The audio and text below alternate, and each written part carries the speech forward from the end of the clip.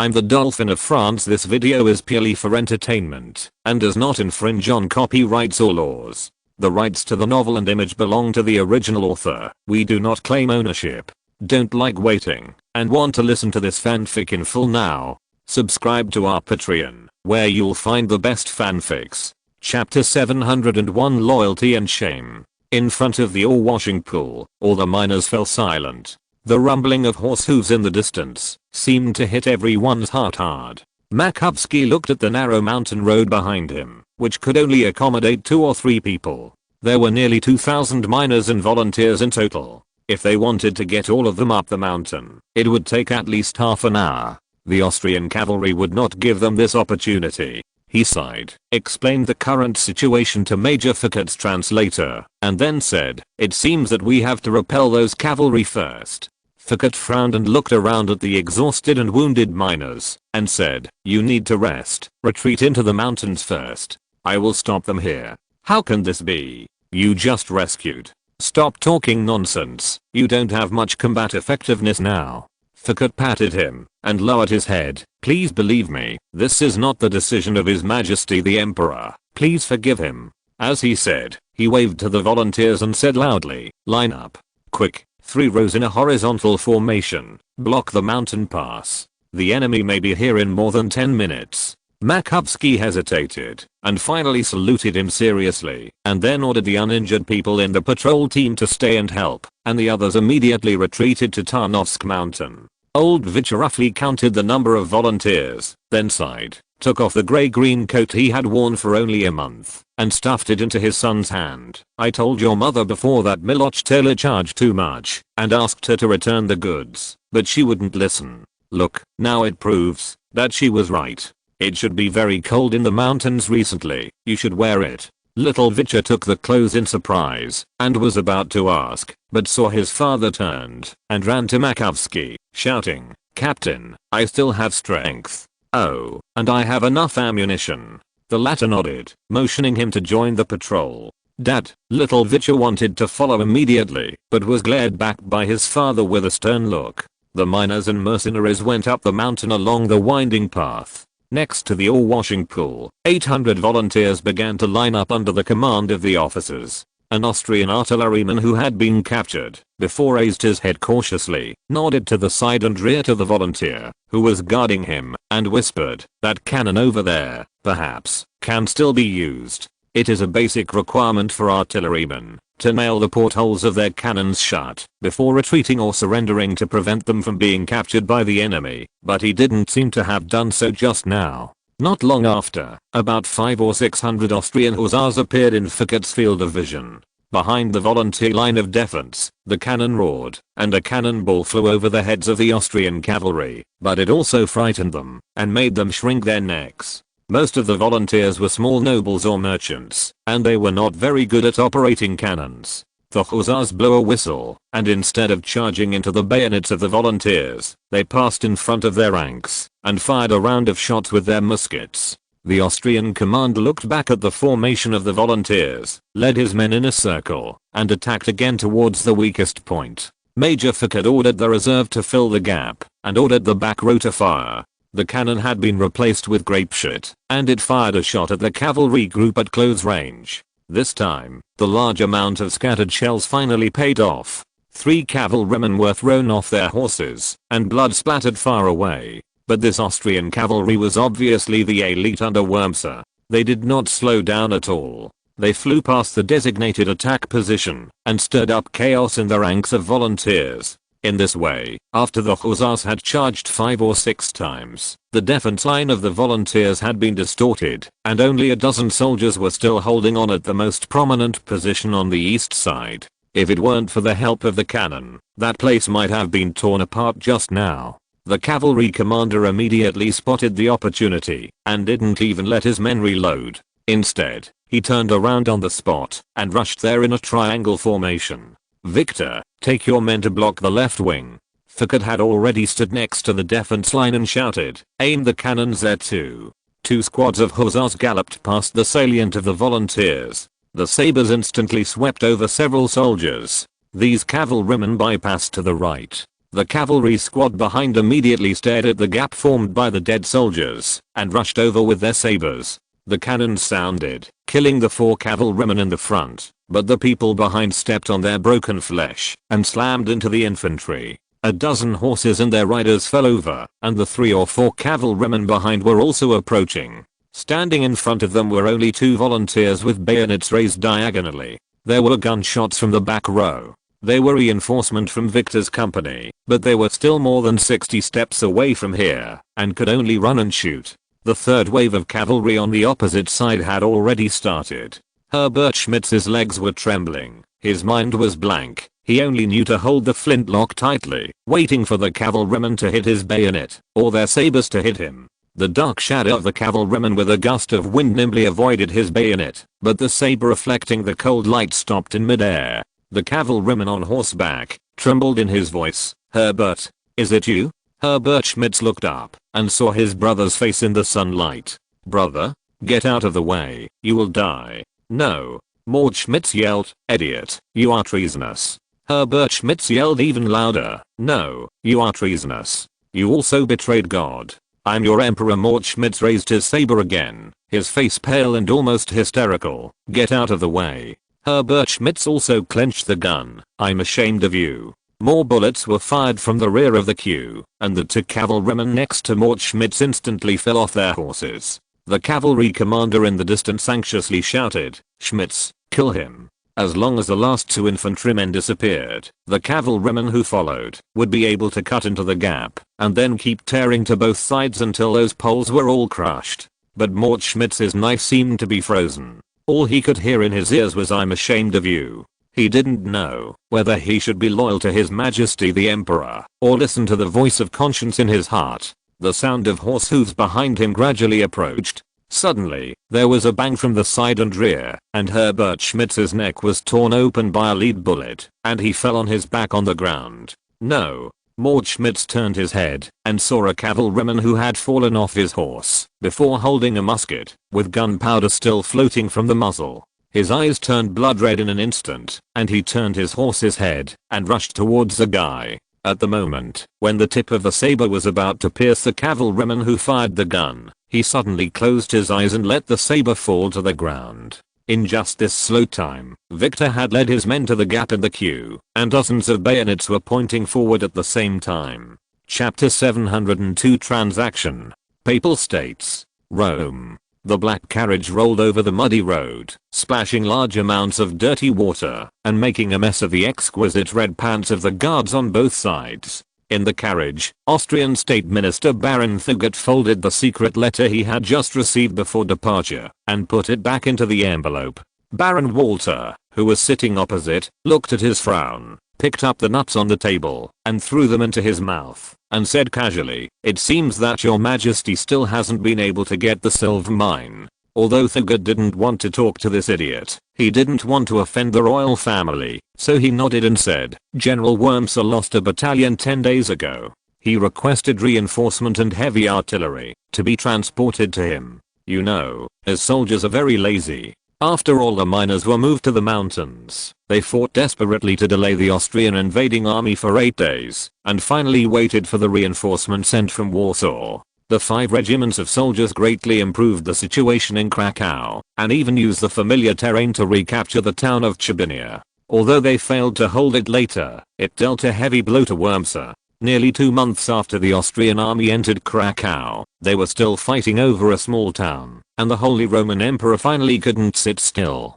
Wurmser attributed the poor situation to low morale, and the biggest factor affecting morale was the damn rumor that the Pope called for a holy war. So, after repeated discussions, Francis II and his ministers finally finalized a solution, and Thugut came to Rome as the Emperor's special envoy to implement this plan. And Walter had to go with him in order to take credit for this. The Pope will definitely not be able to refuse the huge temptation, and then the lie will be shattered. Walter made an exploding gesture and said proudly, "The poor Poles gave up Krakow. You and I accept His Majesty's award. It's that simple. I hope it will be as smooth as you said." Thugut looked out the window with a complicated expression. 4 o'clock in the afternoon. Turgot walked out of St. Peter's Basilica with a solemn look. Walter, who was waiting in the corridor, came over and asked, "How is it? When will the Pope go to Vienna?" Turgot frowned and shook his head. "His Majesty the Pope rejected our proposal." "How is this possible?" Walter stared and said sharply, "All the archbishops in our country are nominated by the Holy See and protect the absolute integrity of the Papal States, and he only needs to go to Vienna to say a few words. He actually refused such a good thing. No wonder he was so surprised." The conditions proposed by France II this time were indeed generous. During the reign of Joseph II, Austria had begun to learn from France to cut ties with the Roman Catholic Church, and the archbishops of important dioceses in the country no longer accepted the appointment of the Holy See. This greatly reduced the sphere of influence of the Holy See. In addition, although the Holy See has a huge influence in Europe, the Papal States has territorial disputes with almost all the surrounding countries. The territories of the Papal States were basically snatched from them during the eras of Pepin and Charles. And because the Papal States have few troops, even small countries like Medina can threaten it. All along, the Italian countries just lacked an excuse, otherwise they would immediately go to war with the Papal States. Historically, after the emperor provided this excuse, the Papal States were soon divided by the Italians, leaving only a small city of Rome. Therefore, the Holy See has always lacked a sense of security, but no major power promised to protect it. France hoped that the Roman Catholic Church would die quickly. Avignon would become the leader of the Catholic world. Spain was powerless, and its close relative, the Two Sicilies, had huge territorial claims on the Papal States. Austria had also been carrying out religious reforms before, trying to get rid of the influence of the Holy See as much as possible. And this time, all Francis II wanted was for the Pope to go to Vienna and publicly deny the rumor that he had called for a new crusade. It can be predicted that, as long as the Pope personally refuted the rumor, the soldiers invading Poland would no longer bear a huge mental burden, and their morale would be restored immediately. At the same time, the morale of the Poles would decline as a result. With this, the Battle of Krakow would soon end. However, the Pope rejected the Austrian deal. There was no other reason, because the new crusade designed by Joseph was originally an unsolvable conspiracy. Now, Poland and Russia are engaged in a national war, and under Mesmer's deception, everyone regards it as a clash between Catholicism and Orthodoxy. If the Pope says there is no crusade at this time, it means that he has admitted defeat to the Orthodox Church, which is equivalent to throwing the face of the Holy See on the ground and stepping on it a few times. The Roman Catholic Church, which has been declining, is likely to be completely devastated by this incident. Especially Pope Pius VI himself. He will bear all the responsibility. He can't afford to gamble. 3 days later, Turgot met with Pius VI again, but still failed to convince the latter. Baron Turgot was desperate and had to prepare to return to Vienna. That night, Walter took him to a cafe mysteriously. In the VIP room, a hooded man was waiting there. Seeing the Austrian Minister of State coming, he immediately stood up and said, "We meet here under the arrangement of God, Your Excellency the Baron." When he lifted his hood, Turgot was stunned. Archbishop Musarelli? Musarelli is one of the most powerful cardinals in the Holy See. He is in charge of the Holy See Secretariat, and has a great say in the finances of the Holy See. Musarelli politely asked Turgot to sit down, and said straight to the point, "I heard that His Majesty the Emperor has some minor troubles to solve." Turgot immediately turned his head, and looked at Baron Walter. This guy actually told other people such a confidential matter. Musarelli smiled and said, "Excuse me, Baron Walter was right to mention this to me." Turgot turned around and said calmly, "So, you asked me to come here, because of this matter?" "Indeed." Musarelli folded his hands and smiled. "Only I can help His Majesty the Emperor with this matter." "Oh. What are you going to do?" "I often serve as the Pope's special envoy, to contact politicians from various countries. In other words, I can speak on behalf of the Pope." Minsk, Eastern Poland. The front line of the Polish-Russian War. An inconspicuous carriage drove slowly into the Russian-controlled area along the village road, accompanied by the sound of artillery in the distance. Immediately, several Russian soldiers pointed their guns at this place. One of them shouted in Polish, "Stop! What are you doing?" The Polish king's secretary, Spion Piotr, got off the car and said to the highest-ranking Russian officer, "I'm the king's secretary. I have something very important to do. I need to see General Kolesnikov immediately. An hour later, in the command post of the Russian-Lithuanian front, Kolesnikov looked at Piotr in shock. Are you saying that His Majesty the King wants to surrender? Chapter 703, Go All In. Kolesnikov did not think there was anything surprising about Poland's surrender.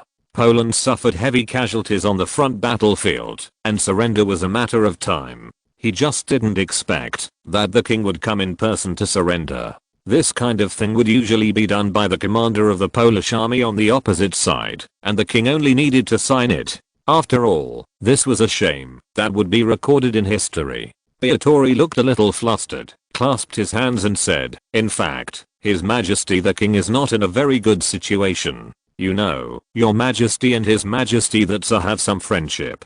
Your Majesty has never wanted to be an enemy of the powerful Russia from the beginning, but those guys in the parliament forced the army to go to war with you in order to gain more power. This is definitely not what Your Majesty wants. Kolesnikov snorted coldly. Then Your Majesty should first solve the troubles in your parliament. That's what Your Majesty plans to do. Piotr nodded and said, restrict the parliament, abolish the constitution, return the rights of the nobles, and everything will return to the way it was before. But all this requires the help of the Great Russia.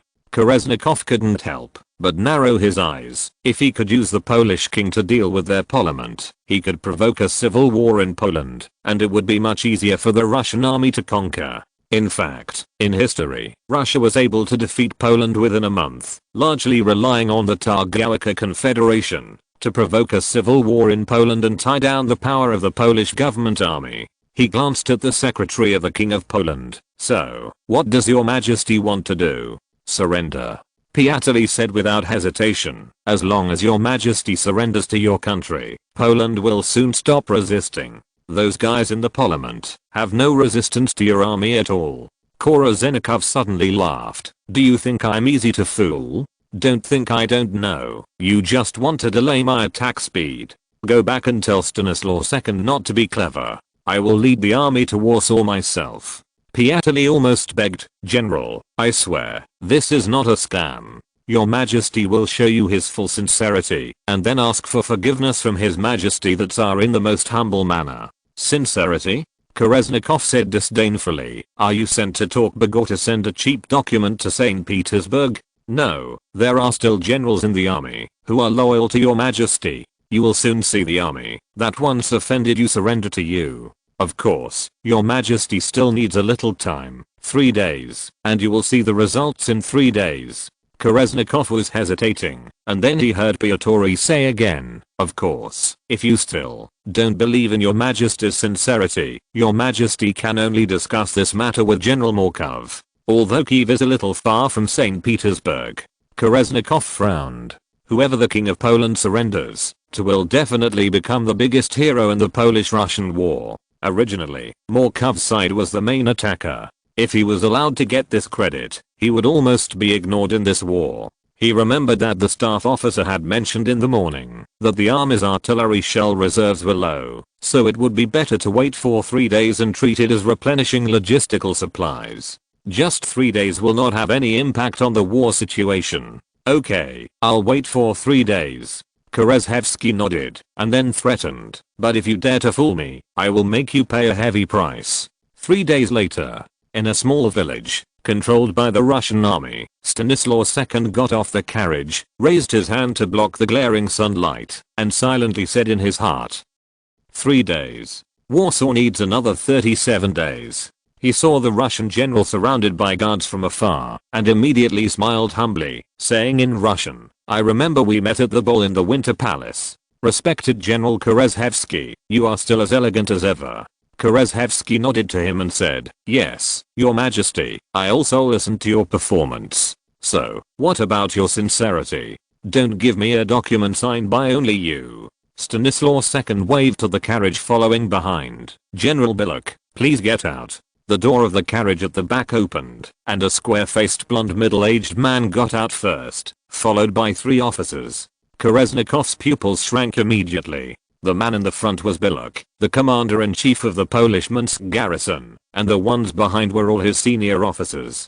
Billek came over, forced a smile, raised his hat and saluted, saying, "It's an honor to meet you here, General Kolesnikov. Your art of command makes us admire you very much. If it weren't for the forcing of those guys in the parliament, we would never be willing to fight your army. And your majesty has given us a chance. I will order the Minsk army to surrender to you." A Polish officer behind him continued, "Our army can even serve as a vanguard to help you capture Pinsk and all the way to Warsaw."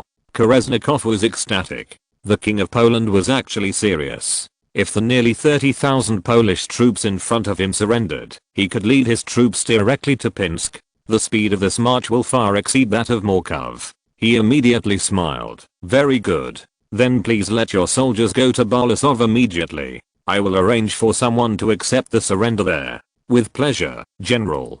Billek bowed slightly, and then looked embarrassed. "But, please forgive me, I still have a small problem to solve here. Oh. Before, my people killed many brave Russian soldiers, which was forced by the damn war. But they are very worried about retaliation. I can guarantee their safety." Billek nodded, and said, "To be honest, they hope to get a pardon from His Majesty the Tsar. Yes, I tried to convince them, but you know, let alone the soldiers, even the junior officers have not seen much of the world. In their minds, only the will of His Majesty the Tsar counts." Kolesnikov stroked the hilt of his sword and sneered, "Humph, it seems that you still want to deceive me." "No, it's not like that," Billek said anxiously. "Look, I came with full sincerity." He gestured to the distance. "You just said that we need our army to lay down our arms and surrender. I have brought the part of disarmament. It's next to the jungle 2 miles away." At this moment, a Russian cavalryman came and whispered to Kolesnikov. The latter's brows relaxed immediately. 17 vehicles. "Yes, General," Billek said hurriedly. "They are loaded with flintlock rifles, tents, and military uniforms. There are some more in the back. Please check them." Stanislaus II came over at the right time and said very politely, "You see, General, this is my sincerity. After that, I will go to St. Petersburg in person to hand over the surrender to His Majesty the Tsar. Once your Majesty grants the pardon, all of Billek's troops will be under your command." Chapter 704, Heresy. Eliminate heresy. Stanislaus II was completely desperate. In the worst case, he and officers such as Billek would become prisoners of the Russians, and tens of thousands of flintlock rifles, thousands of tents and uniforms used for disarmament would also fall into the hands of the enemy. But he decided to take the risk.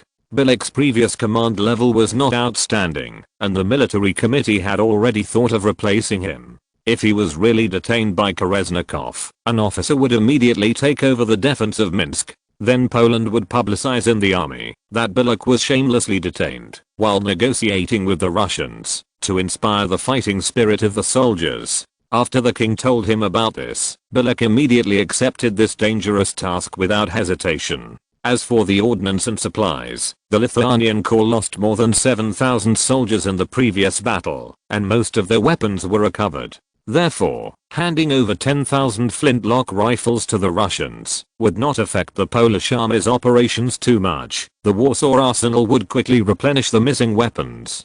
Tents and uniforms, in extreme cases, are not even considered military supplies. 2 days later, Stanislaus II, accompanied by Piatli and other officials, went to St. Petersburg to surrender in a grand manner. At the ceremony before departure, a large number of Polish journalists interviewed and recorded indignantly, and the scene was out of control for a time. However, afterwards, these people dispersed and returned to the Committee for Freedom and Security. The next day, Russian intelligence officers bought local newspapers from the Minsk area controlled by Poland, which reported in great detail the news that the king went to St. Petersburg to surrender. These newspapers were quickly recovered by the people of the Committee for Freedom and Security, and the few that were leaked were simply dealt with as just rumors. Kolesnikov personally led more than 1,000 soldiers to escort the King of Poland to meet the Tsar. It was mainly because Piatli had inadvertently revealed to him before that Markov also got the news that Stanislaus II was going to St. Petersburg.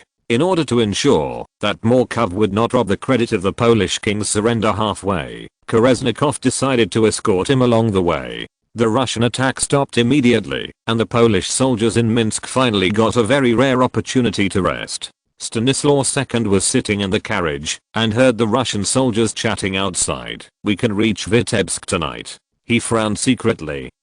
7 days. Warsaw still needs 33 days. But his speed of travel seems to be too fast, and he has to think of a way. That night, the surrender convoy stopped at a manor in the western suburbs of Vitebsk. Stanislaus II pretended to be interested in viewing the flower garden, and when the Russian soldiers were not paying attention, he grabbed a handful of soil and stuffed it into his mouth. The fishy and bitter taste instantly surged to his head, which was as disgusting as feces, but he still closed his eyes and swallowed it with difficulty. After dinner, the Polish king had diarrhea as expected, and then he started to have a fever. The doctor in the manor diagnosed him and said that he had dysentery.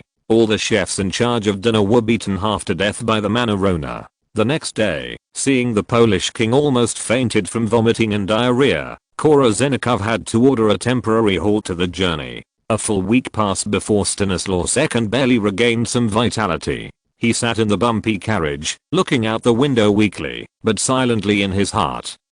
14 days. Warsaw will need another 26 days. Vienna. On the Schönbrunn Palace Square, Cardinal Mazzarelli of the Roman Church, wearing a gorgeous robe and a mitre with intricate patterns on his head, stood on a high platform and spoke loudly to thousands of believers in a sacred and solemn tone. Behind him were 11 cardinals from various dioceses in Austria, and several deacons kept holding up Mazzarelli's various certification documents and the encrypted seal of the Holy See to prove the authenticity of his identity to the people in the square. Mazzarella's voice was melodious. "So, the Holy See never wanted to interfere in the war between Poland and other countries. All the talk about the Crusade or Holy War did not come from the Holy See, nor were they the oracles of God. You must not spread such blasphemous words anymore, and you must remember the teachings of the Holy See." Then he began to quote scriptures and classics to explain why the Polish-Russian war did not fall into the category of holy war.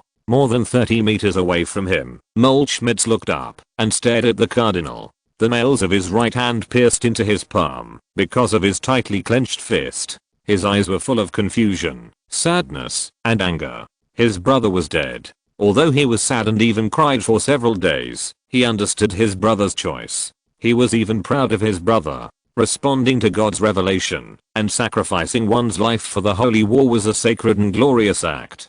Herbert will surely ascend to heaven and enjoy happiness under the glory of God. However, the old man who was chattering on the platform, the guy who claimed to be the spokesman of God, said with certainty that God did not send down the revelation of launching a holy war. If so, why did Herbert die? Lies? Or stupidity? No. Moltschmitz pulled his hair hard so that blood spots appeared on his scalp.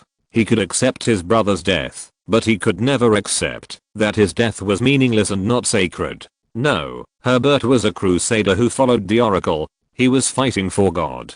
No one could take away his glory. Moltschmitz's eyes gradually became cold as he looked at the cardinal. This old man was lying. Yes, he must be lying. Moltschmitz knew that the emperor had ordered the army to forbid talking about the Crusades. It must be the emperor who colluded with the Holy See to fabricate this big lie and shamelessly deprived Herbert of the glory he deserved. The Vatican has long been notorious. They will do anything to make money, not to mention telling a lie. The confusion on Moltschmitz's face disappeared in an instant, replaced by steel-like determination. He pushed through the crowd and turned to walk outside the Schönbrunn Palace Square. He had done such blasphemous things for the emperor's orders, and even killed his own brother.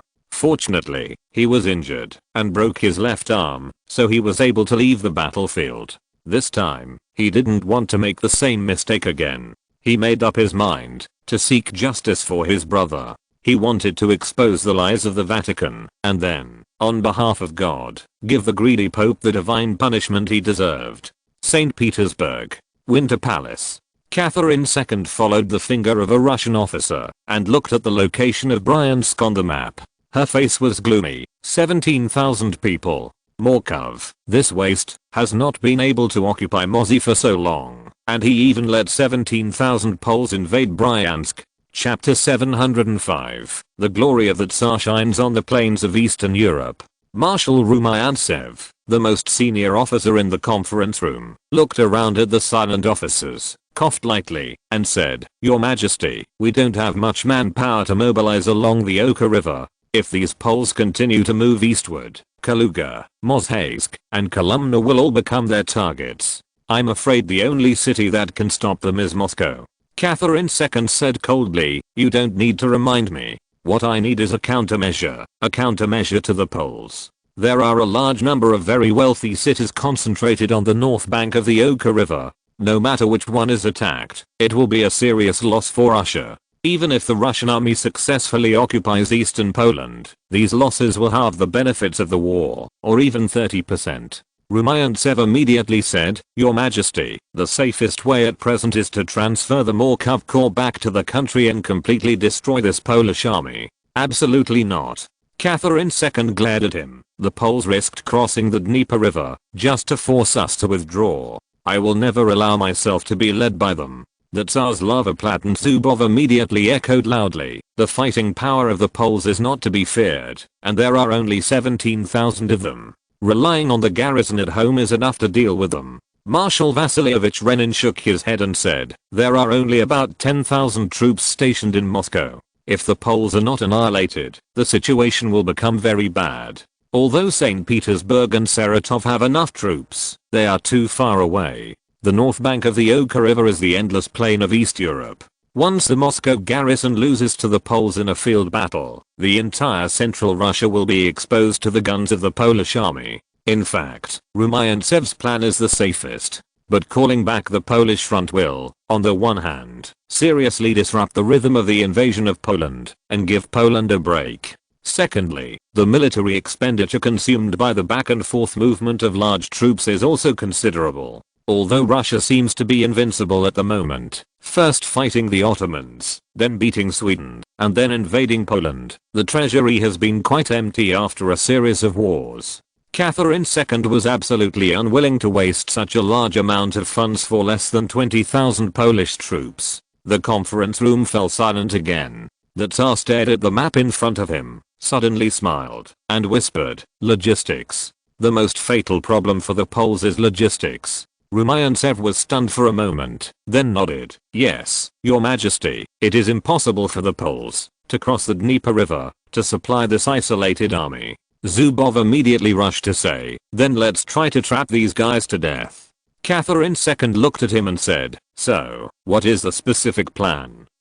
Rumyantsev hurriedly rescued his lover. "Your Majesty, we can let the Moscow garrison go forward to entangle the Poles. More than 3,000 cavalrymen of the Morkov Corps have set out for many days, and will soon catch up with the enemy from the west. Then, mobilize the troops in Rozev, Zubzov, Kashin and other places in the north of Dva, about 6,000 people. In this way, we can gather nearly 20,000 troops in the central part. Just follow the Poles closely, and do not engage in a decisive battle with them. At the same time, all the supplies in Bryansk and western Kaluga will be transported to Moscow to ensure that the Poles cannot get supplies from the local area. In 2 months at most, the Poles will starve to death." Zubov shouted, "Since there are 20,000 troops, why not just eliminate those Poles?"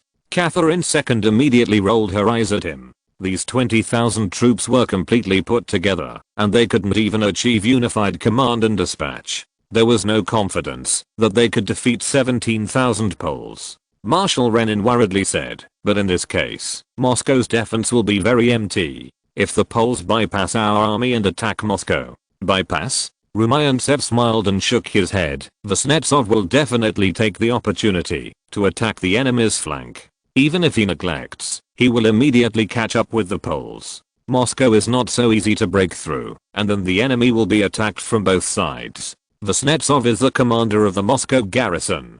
Catherine II nodded with satisfaction and ordered, "You discuss the details of the battle." "Yes, Your Majesty." The Tsar was about to get up and leave when he saw a court official walk in quickly, bowed and handed her a secret report. "Your Majesty, General Morkov just sent it." Catherine II returned to the table and opened the secret report. The letter was written in plain text. She only glanced at it and immediately showed surprise on her face. She looked up at the officers in the conference room. Ladies and gentlemen, the King of Poland has decided to compromise. Everyone immediately stood up and saluted, and compliments followed. Your Majesty's wisdom and courage will always lead to victory. Your Majesty's glory shines on the plains of Eastern Europe. Your Majesty's heroic name will go down in history, like Peter the Great. Catherine instructed Zubov, prepare a grand surrender ceremony. By the way, you go and talk to the Poles about the armistice agreement. Yes, Your Majesty. A week later, under the gaze of hundreds of arrogant Russian palace guards, Stanislaus II humbly met with Catherine II. He first praised the unparalleled combat power of the Tsar's army, and those Polish guys who attempted to disobey His Majesty the Tsar were killed with heavy casualties. Then, he began to cry, and said that he had nothing to do with the maid at the beginning. Everything was a misunderstanding, and hoped that His Majesty the Tsar would give him another chance. Catherine II smiled, and said that she didn't care about these, and only asked him to complete the negotiations on the armistice treaty with Minister of State Zubov, as soon as possible. Early the next morning, Zubov looked at his old rival sitting on a small chair with pride, and the satisfaction in his heart was about to overflow. After enjoying the flattery and pleading of Stanislaus II, Zubov threw the draft treaty on the table and said proudly, "Please sign it, Your Majesty." Stanislaus II smiled apologetically, opened the document, read it quickly, and immediately shook his head and said, "Your Excellency the Count, I'm afraid the terms here are not acceptable." Zubov snorted angrily, "Then wait for our army to flatten Poland." No, you misunderstood. The King of Poland stood up hurriedly and pointed to the first item in the treaty. You see, only the area from Volyn to Kovno to the east will be handed over to His Majesty the Tsar for management, which is not enough. Courland and Raseiniai also have a large Orthodox population. These places should shine with the glory of Your Majesty. Chapter 706, Eagle and Knight. Zubov was stunned. Stanislaus II signaled his attendants to fetch the map, and began to study in detail with the Russian Minister of State which areas should be ceded. It was not until after 5 o'clock in the afternoon that the two sides finalized the new border between Poland and Russia. Stanislaus II generously ceded most of the central and eastern provinces to Russia. Then, he picked up the treaty drafted by Zubov. You see, just amending these clauses in the constitution can hardly guarantee that those guys in the parliament will not have other ideas about His Majesty the Tsar. We should discuss a detailed plan to ensure that the parliament will not go against His Majesty's will. Zubov widened his eyes and nodded. Okay. The armistice negotiations went on for the fourth day. Stanislaus II glanced at the Russian guards with real guns and ammunition at the door of the negotiation hall, and silently said in his heart, 22 days. Warsaw will need another 18 days. After enjoying the kneeling and licking for a few days, Zubov's attitude towards the Polish king has become much kinder. Seeing the latter walk in, he immediately smiled and said, "Ah, you are here. Please sit down. Oh, your order to General Kosciuszko should be delivered in the next few days. His Majesty the Tsar has decided to personally award you an Order of St. George after his army surrenders." Stanislaus II was immediately flattered and said, "This is really the honor of my life. Thank you so much, Your Majesty." Zubov asked someone to bring the results of the negotiations in recent days and said, "His Majesty the Tsar is very satisfied with this treaty. However, we talked for a little too long, and Her Majesty seemed a little impatient. She told us to sign the armistice agreement as soon as possible, and we can discuss the details later." "Of course there is no problem with that," Stanislaus II said with a smile, "but I think that your country's garrison in Warsaw should be strengthened." He added a lot of rambling to the treaty, and talked until dusk.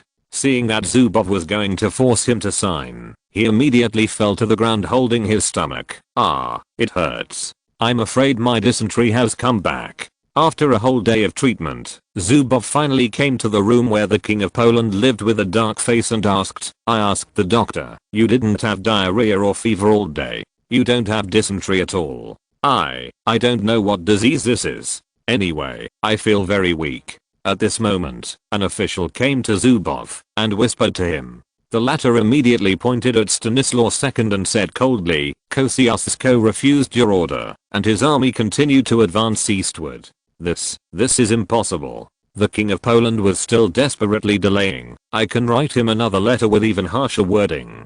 Zubov frowned, sat down beside his bed, and handed him the armistice agreement. I want you to sign it now, immediately. Ouch. Guards, lift up His Majesty the King. Give him a pen. Stanislaus II sat up helplessly and glanced at the Tsar's lover jokingly. You know, according to the Polish constitution, the armistice agreement needs to be passed by the parliament to be effective. So Zubov was furious and roared, "You bastard. I will make you regret it." The King of Poland looked at his back as he slammed the door and muttered to himself, "I really tried my best in 24 days. May God bless Poland." Stanislaus II and his entourage were thrown into prison. Catherine II looked at Korozenikov, who was standing aside, shaking like an autumn leaf in the wind, and swung her cane again, hitting him hard. "Idiot." Rumyantsev hurried forward to divert her attention. "Your Majesty, fortunately our defense measures for the center are still being implemented as planned. The situation is not too bad." The Tsar turned his head and gasped. Who? The Poles must be taught a painful lesson. Order Count Suvorov to personally command the Battle of Minsk. Before, Russia had not taken Poland seriously. Suvorov was just the commander-in-chief of the war against Poland and was responsible for overall dispatch in Smolensk. But now the Tsar was furious and did not care about the age of the veteran and sent him directly to the front line. "Yes, Your Majesty." Rumyantsev glanced at Korozev and said, "Perhaps General Korozev can be allowed to deal with Kosciuszko to atone for his sins. Just do as you say." Central and Western Russia. Outside Bryansk, Serfiakov handed a piece of wood to Jija, who was squatting on the pigsty, and said loudly, "I heard from Master Gumilov that His Majesty the Emperor's army is about to capture Minsk." "Where is Minsk?" The serf who was nailing the pigsty muttered. "Give me an arrow board. The Emperor's land is always getting bigger. In the west, it's the Polish area." Yakov said, "I heard that there are more than 100,000 troops attacking there, and this time they should go all the way to Warsaw." "Oh, this is the capital of Poland. It sounds like it should be far away. Won't the Poles resist?" "Of course they will resist. But Master Gumilov said that the Poles are very weak. We beat them once 20 years ago and gained a lot of land. It will be the same this time. If we win the war, the masters will be happy and may reward us with white bread. They may also beat you up after getting drunk, just like the generals beat those Poles. But it's better that we won." The two were talking when they suddenly stood up at the same time and looked towards the southwest. "What is that?" Jija said in a trembling voice. "It's like the hail 2 years ago. The sound is much louder than that. And, can you feel it? The ground seems to be shaking. Is the world going to end?" Immediately, they were stunned. Near the horizon, a dense crowd of red cavalry appeared. Behind those cavalry, towering white wings swayed gently in the wind, like a large group of angels flying over. The two serfs desperately made the sign of the cross on their chests and prayed loudly. Then, they saw the red angel whizzing through the village, like a sledgehammer, smashing into the nearby city of Bryansk.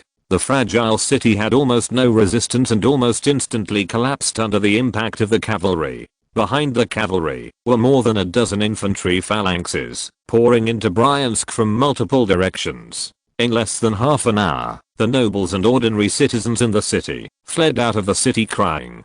The huge city was like an ant nest that had been dug up, and countless black dots spread from there in all directions. Jija, hiding in the pigsty, asked his companions tremblingly, "Who are these people?" Yakov pointed at the red checkered flag held by the soldiers in the distance, distinguished the eagle and a knight on it, and said in a very frightened voice, "It looks like the Poles." Chapter 707 Strategic Detail. Jija said palely, "Why are the Poles here?" "I don't know. Didn't you say that the Emperor's army beat the Poles badly?" Yakov said absent-mindedly. "Master Gumilov said so. But I think those Poles are very scary." In the city of Bryansk, a captain saluted Kosciuszko and said, "Report to the general. There is very little food in the city." The latter nodded and looked at Dombrovsky on the side. "Obviously the Russians are already prepared.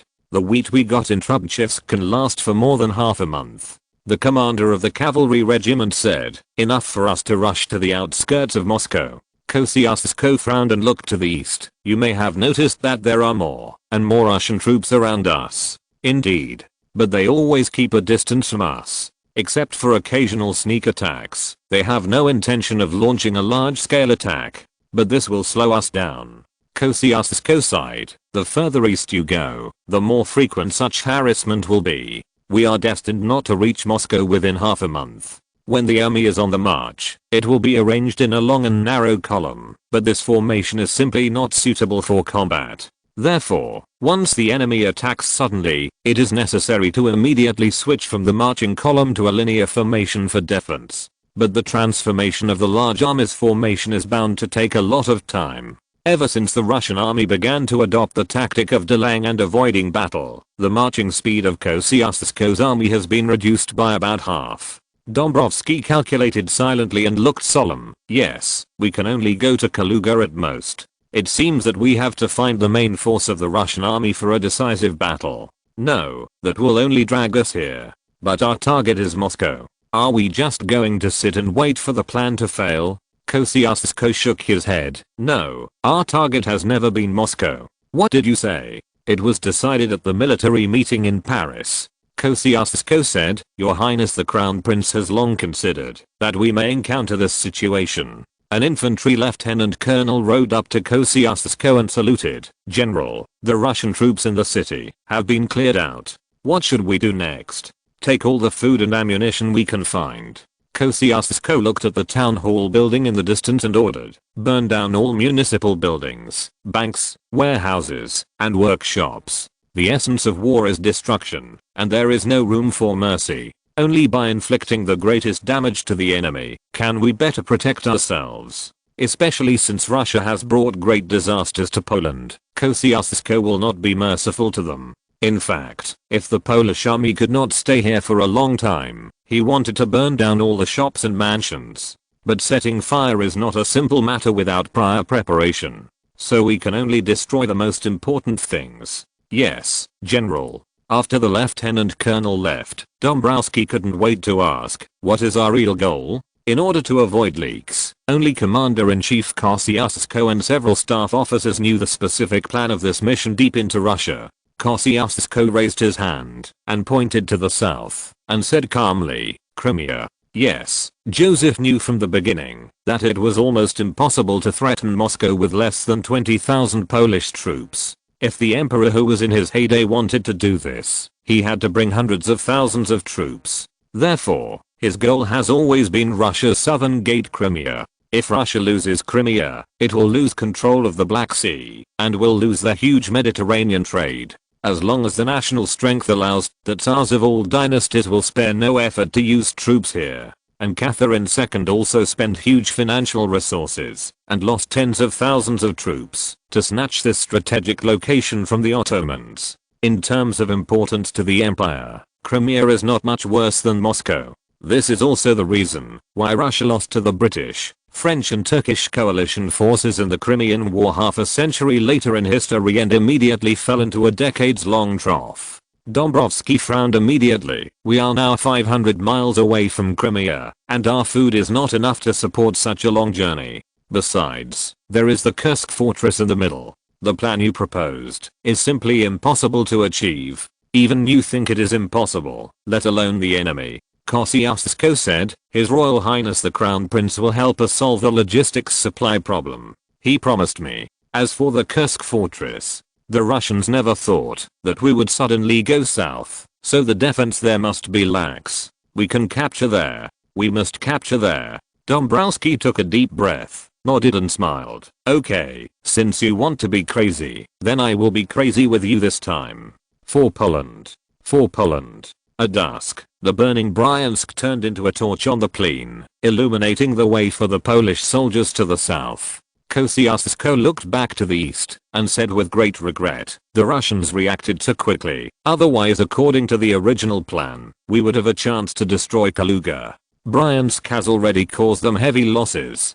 Dombrowski said, and then he remembered something and asked sideways, by the way, why didn't we go directly south from Moscow, but circle around here on the north bank of the Oka River first? Kosciuszko smiled and said, this is the brilliance of this plan. I bet you that the entire Russian army is now being mobilized in the direction of Moscow. If we are lucky enough, even a large part of the Kursk garrison will be withdrawn. And if we go directly south, we will face layers of blockades by the Russian army, just like our situation now. We can't go north to Moscow then, can we? The two laughed together. It seemed that they were not going to die, but to attend a long-awaited feast. The next day, Korezhevsky, who was responsible for encircling Kosciuszko's army, suddenly lost the trace of the Polish army. In the temporary command post of the Russian army, Korezhevsky frowned and stared at the map, and suddenly slapped the position of Moscow. No matter what method they use, the ultimate goal must be Moscow.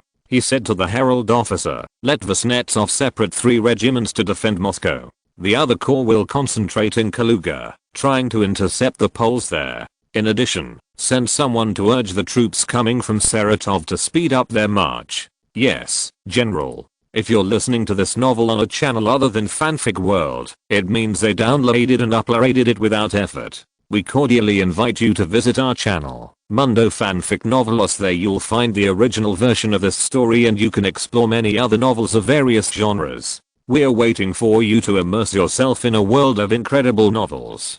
Chapter 708, Going to Die. The herald took the order and left. A cavalry officer with a beard on his cheeks and a crooked nose passed him and entered Korezhevsky's office. He stood at attention and said, General, I have expanded the search range to 8 versts as you said, but I still haven't found the Polish army. Korezhevsky waved his hands irritably. Colonel Bagration, send more people in the direction of Moscow. There should be results. Yes, General. Bagration stood at attention and responded, then hesitated and said, but the enemy was still in Bryansk the day before yesterday. It should be impossible for them to get near Moscow. I have searched all places repeatedly, except in the direction of Siberia. Korezhevsky laughed dryly. Unless the Poles are crazy, how could they go south? Their target is obviously Moscow. General, I mean maybe we can try it. Korezhnikov tapped his forehead. Use your brain, Peter. Both Siberia and Rilisk are surrounded by endless black forests, and there is the Kursk fortress ahead. What are they going to do? Hunt wild boars? If they really go south, then I'm relieved. They will starve to death if they can't get out of the Black Forest. South of Bryansk is a sparsely populated dense forest area. The Rilisk province, which is about the same size as the southern Netherlands, has only 34,000 people. Even Kursk and Kharkov, further south, are very barren, and it is difficult to get enough supplies. It is not until Krasnoyarsk, 400 miles to the south, that some people can be seen. Even if it is a forced march, it will take nearly 2 months to get there. The Polish army, lacking logistical supplies, would never be able to hold out in an uninhabited area for so long. Bagration came out of the office a little frustrated, thinking carefully about where the Poles had gone. After a while, he shook his head and said to himself, anyway, we have to confirm it. That afternoon, 4,000 cavalrymen under the Russian Royal Kalm Cavalry Battalion quietly left the barracks and galloped towards Siberia. They were the troops brought out by Bagration from Kiev. They were not originally under the jurisdiction of Korezhnikov, so they were able to move privately without the latter's approval. Brasovo, the southernmost town of Bryansk. Two rangers caught up with Dombrovsky and said anxiously, General, a Russian cavalry appeared behind us. We did not dare to get close for reconnaissance, but it is estimated that there are at least 6 squadrons. Kosciuszko frowned immediately. Are they chasing us? They are 3 miles to the west and should not have found our trace yet. Dombrovsky said, but with so many cavalrymen, we will be discovered sooner or later. Kosciuszko fell silent. Once the Russians knew of his intention to move south, even if they could not mobilize a large army to stop him in a short period of time, even if they sent a small number of cavalry to harass him, it would seriously delay his march. Moreover, the Kursk fortress would also increase its defense. His army might very likely starve to death in front of the fortress. Dombrovsky obviously thought of this as well. He waved his whip and said, I'll take the cavalry to defeat them. Wait.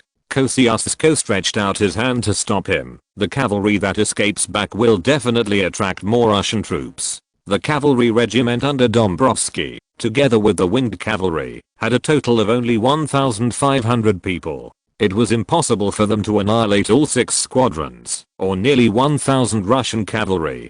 Then what should we do?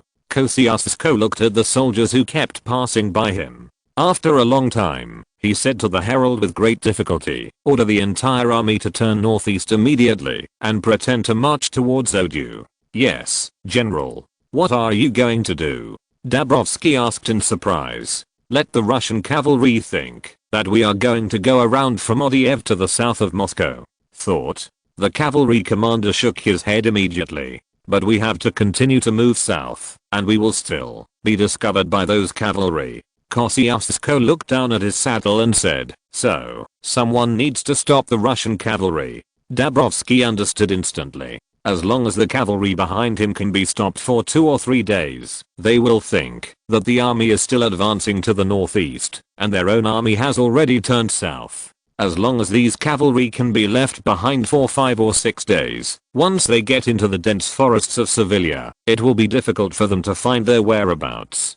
Dabrowski said, "Then I will intercept those tails." He said it very easily, but everyone knew that once separated from the main force, they would soon be surrounded by the Russian army that was constantly approaching. "The cavalry regiment cannot do without you." Colonel Anthony Madinsky rode over and saluted Kosciuszko. "Please give this task to me. I only need 1,300 soldiers to ensure that the Russians behind us are stopped for more than 3 days. Kosciuszko thought for a moment, nodded silently, stepped forward and patted his arm hard, and said in a low voice, "Poland will always remember your name, and every brave soldier who fought with you. Look at what you said." Madinsky smiled. "The battles you and General Dombrowski will face later will definitely be more dangerous than mine. I just can't wait to beat the Russians as soon as possible." The next day, by the river valley on the western outskirts of Odu, Colonel Madinsky looked at the 37th Infantry Battalion of the King's Territory and the 2 squadrons of winged hussars in front of him, pointed to his chest, and said, "Everyone should already know the mission we have undertaken. I'm not qualified to ask anyone to sacrifice themselves, but I still did it at this time. Because, apart from this, I really can't think of any other way to save my motherland. For the survival of Poland, for our descendants not to be enslaved by invaders, I ask you, join me, to immerse the land under our feet with blood. Please forgive my self-assertion. I will confess to you all forever in hell. But before that, we will tear all the enemies apart. Victory will eventually belong to Poland." The 1,300 Polish soldiers fell into a long silence. Suddenly, someone slapped his chest hard and shouted, "I'm willing to die with you." The soldiers immediately burst into roars. "Die together. Tear up the enemy. For Poland." No one retreated at all. At noon, the Russian cavalry tracking Kosciuszko found from a distance that there was an infantry line blocking the narrow area between the river valley and the woods on the north side. The Russian officer in charge of the command looked at the flag of the Polish King's Corps in the telescope and fell into hesitation. The next morning, after confirming that the team of Polish soldiers had only more than 1,000 people and had no intention of leaving, he finally issued an attack order.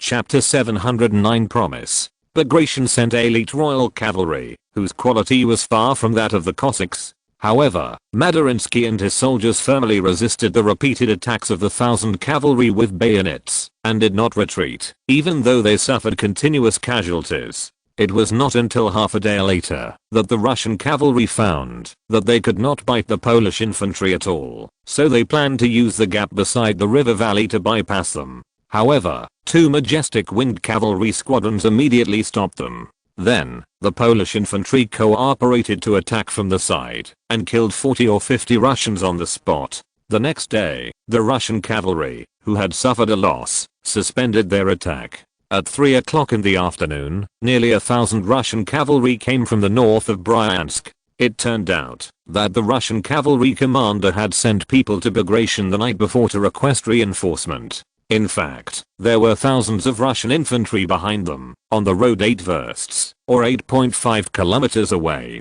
Before dusk, 2,000 Russian cavalry rushed to the defense line commanded by Madarinsky again. Since there were no artillery, Madarinsky knew that artillery was the main force's hope for capturing the Kursk fortress. so he did not request artillery support. The Polish army's cavalry had very limited casualties, and the Polish army could only shrink its defense line to make up for the gap caused by the loss of personnel. Fortunately, it was cloudy today, and the sun set at 5:30, so the Russians had to retreat first. In the Polish camp, a lieutenant reported to Madaliski, "Colonel, we lost 107 people and 205 were seriously injured." Madaliski nodded silently and said to his adjutant, "Let everyone have a good rest. Tomorrow, there is still one day." There were only 1,000 soldiers left, and the Russians were gathering more and more. He didn't know if he could fulfill his promise to hold out for 3 days. He grinned. Maybe he could only confess to General Kosciuszko after he went to hell. Anyway, he had many people to confess to, and one more was nothing. The next morning, the Russian army did not waste any time and immediately launched a fierce attack on the Polish defense line. Madarinsky himself held a flintlock and stood in the middle of the defense line. At this time, there was nothing to command. He felt that it would be more useful to increase the firepower instead of shouting "Hold on" to the soldiers. The ground began to shake. Madarinsky's ears were filled with shouts of "Ura," gunshots, and drums. His hands mechanically kept loading and shooting until the sun passed directly above his head. He found that his arms were exhausted and couldn't help cursing a few words. Damn it, it's not as good as it was more than 10 years ago. He turned his head and saw that his own defense line was less than 200 meters wide. Even many seriously injured soldiers sat on the ground, but still struggled to raise their guns and shoot at the enemy. After an unknown amount of time, Madarinsky could no longer hold the gun and stood there gasping for breath. As a commander, he really hadn't conducted shooting training for a long time. The winged cavalry were also compressed into a very narrow area on both wings of the defense line. Many cavalry simply dismounted, picked up a flintlock, and joined the defense line. The Russians could have bypassed them and continued to march eastwards, but they seemed to want to take revenge on these stubborn enemies, so they still gathered around and launched a fierce attack. Madalinsky glanced at the sun that was already setting in the west and shouted with all his strength, "Everyone hold on." Suddenly, a Russian cavalry passed by him. Without the threat of a bayonet, the cavalryman's saber easily cut his neck. Madalinsky felt that the power was leaving him quickly. He took a last look at the sun and wanted to say to the soldiers, "At most 1 hour," but he couldn't say anything. The sky finally got dark. Under the light of torches, the Russian soldiers looked at the piles of Polish corpses, but they didn't feel the joy of victory at all. Instead, a huge sense of fear surged in their hearts. None of these Poles surrendered. After being tightly surrounded, the last 100 people actually launched a bayonet charge at thousands of cavalry. The Russian soldiers were trying to avoid the thought that kept coming to their minds. If all Poles were like this, then would they still have a glimmer of hope of winning this war? South of Bryansk, at the edge of the Black Forest in Sivilia, Kosciuszko looked north and felt something blocking his chest. The Russians never caught up. He knew that Madalinsky and his soldiers had fulfilled their promise. Next, it was time for him to fulfill his promise to his motherland. Eastern suburbs of Minsk. In a carriage, escorted by nearly 100 cavalrymen, Marshal Alexander Vasilievich Suvorov flipped through the intelligence about the Polish garrison in Minsk with a helpless look. He was originally on vacation in Smolensk, but he didn't expect to be suddenly sent to the front by the Tsar. These young people nowadays are really hard to be of great use. He was complaining in his heart, but his hand stopped, and he turned a few pages forward, then turned it back, and then handed the stack of documents to the officer sitting opposite, General Tormasov. "This problem is left to you to solve." The latter took the documents, looked at it for a long time, and said in surprise, "Marshal, I don't quite understand what you mean." Suvorov said lazily, "The composition of the Polish army. Well, the Volhyno Corps, the Trache Corps, etc., and even the Drossisen Corps, which is far away, have been incorporated, but there are no troops from Courland." Tormasov frowned immediately. Courland is a duchy in the northeast of Poland, but it has no independence, and is a vassal state of Lithuania. Poland is engaged in a national war, and they did not send troops. This is indeed very unusual. You mean, the Courland army will have other actions? Rigoport. Suvorov said, "If I'm not mistaken, they will soon launch an attack there." Riga is Russia's most important seaport in the Baltic Sea. If it is attacked, Russia will definitely send troops to rescue it. Tormasov said, the Polish defense line has been continuously retreating. They should not split up their troops. Suvorov shook his head. No, they have already done this once in Bryansk and are approaching Moscow. I have reason to suspect that the same is true for Riga. Tormasov nodded quickly and said, yes, Marshal, I will send people to strengthen Riga's defense later.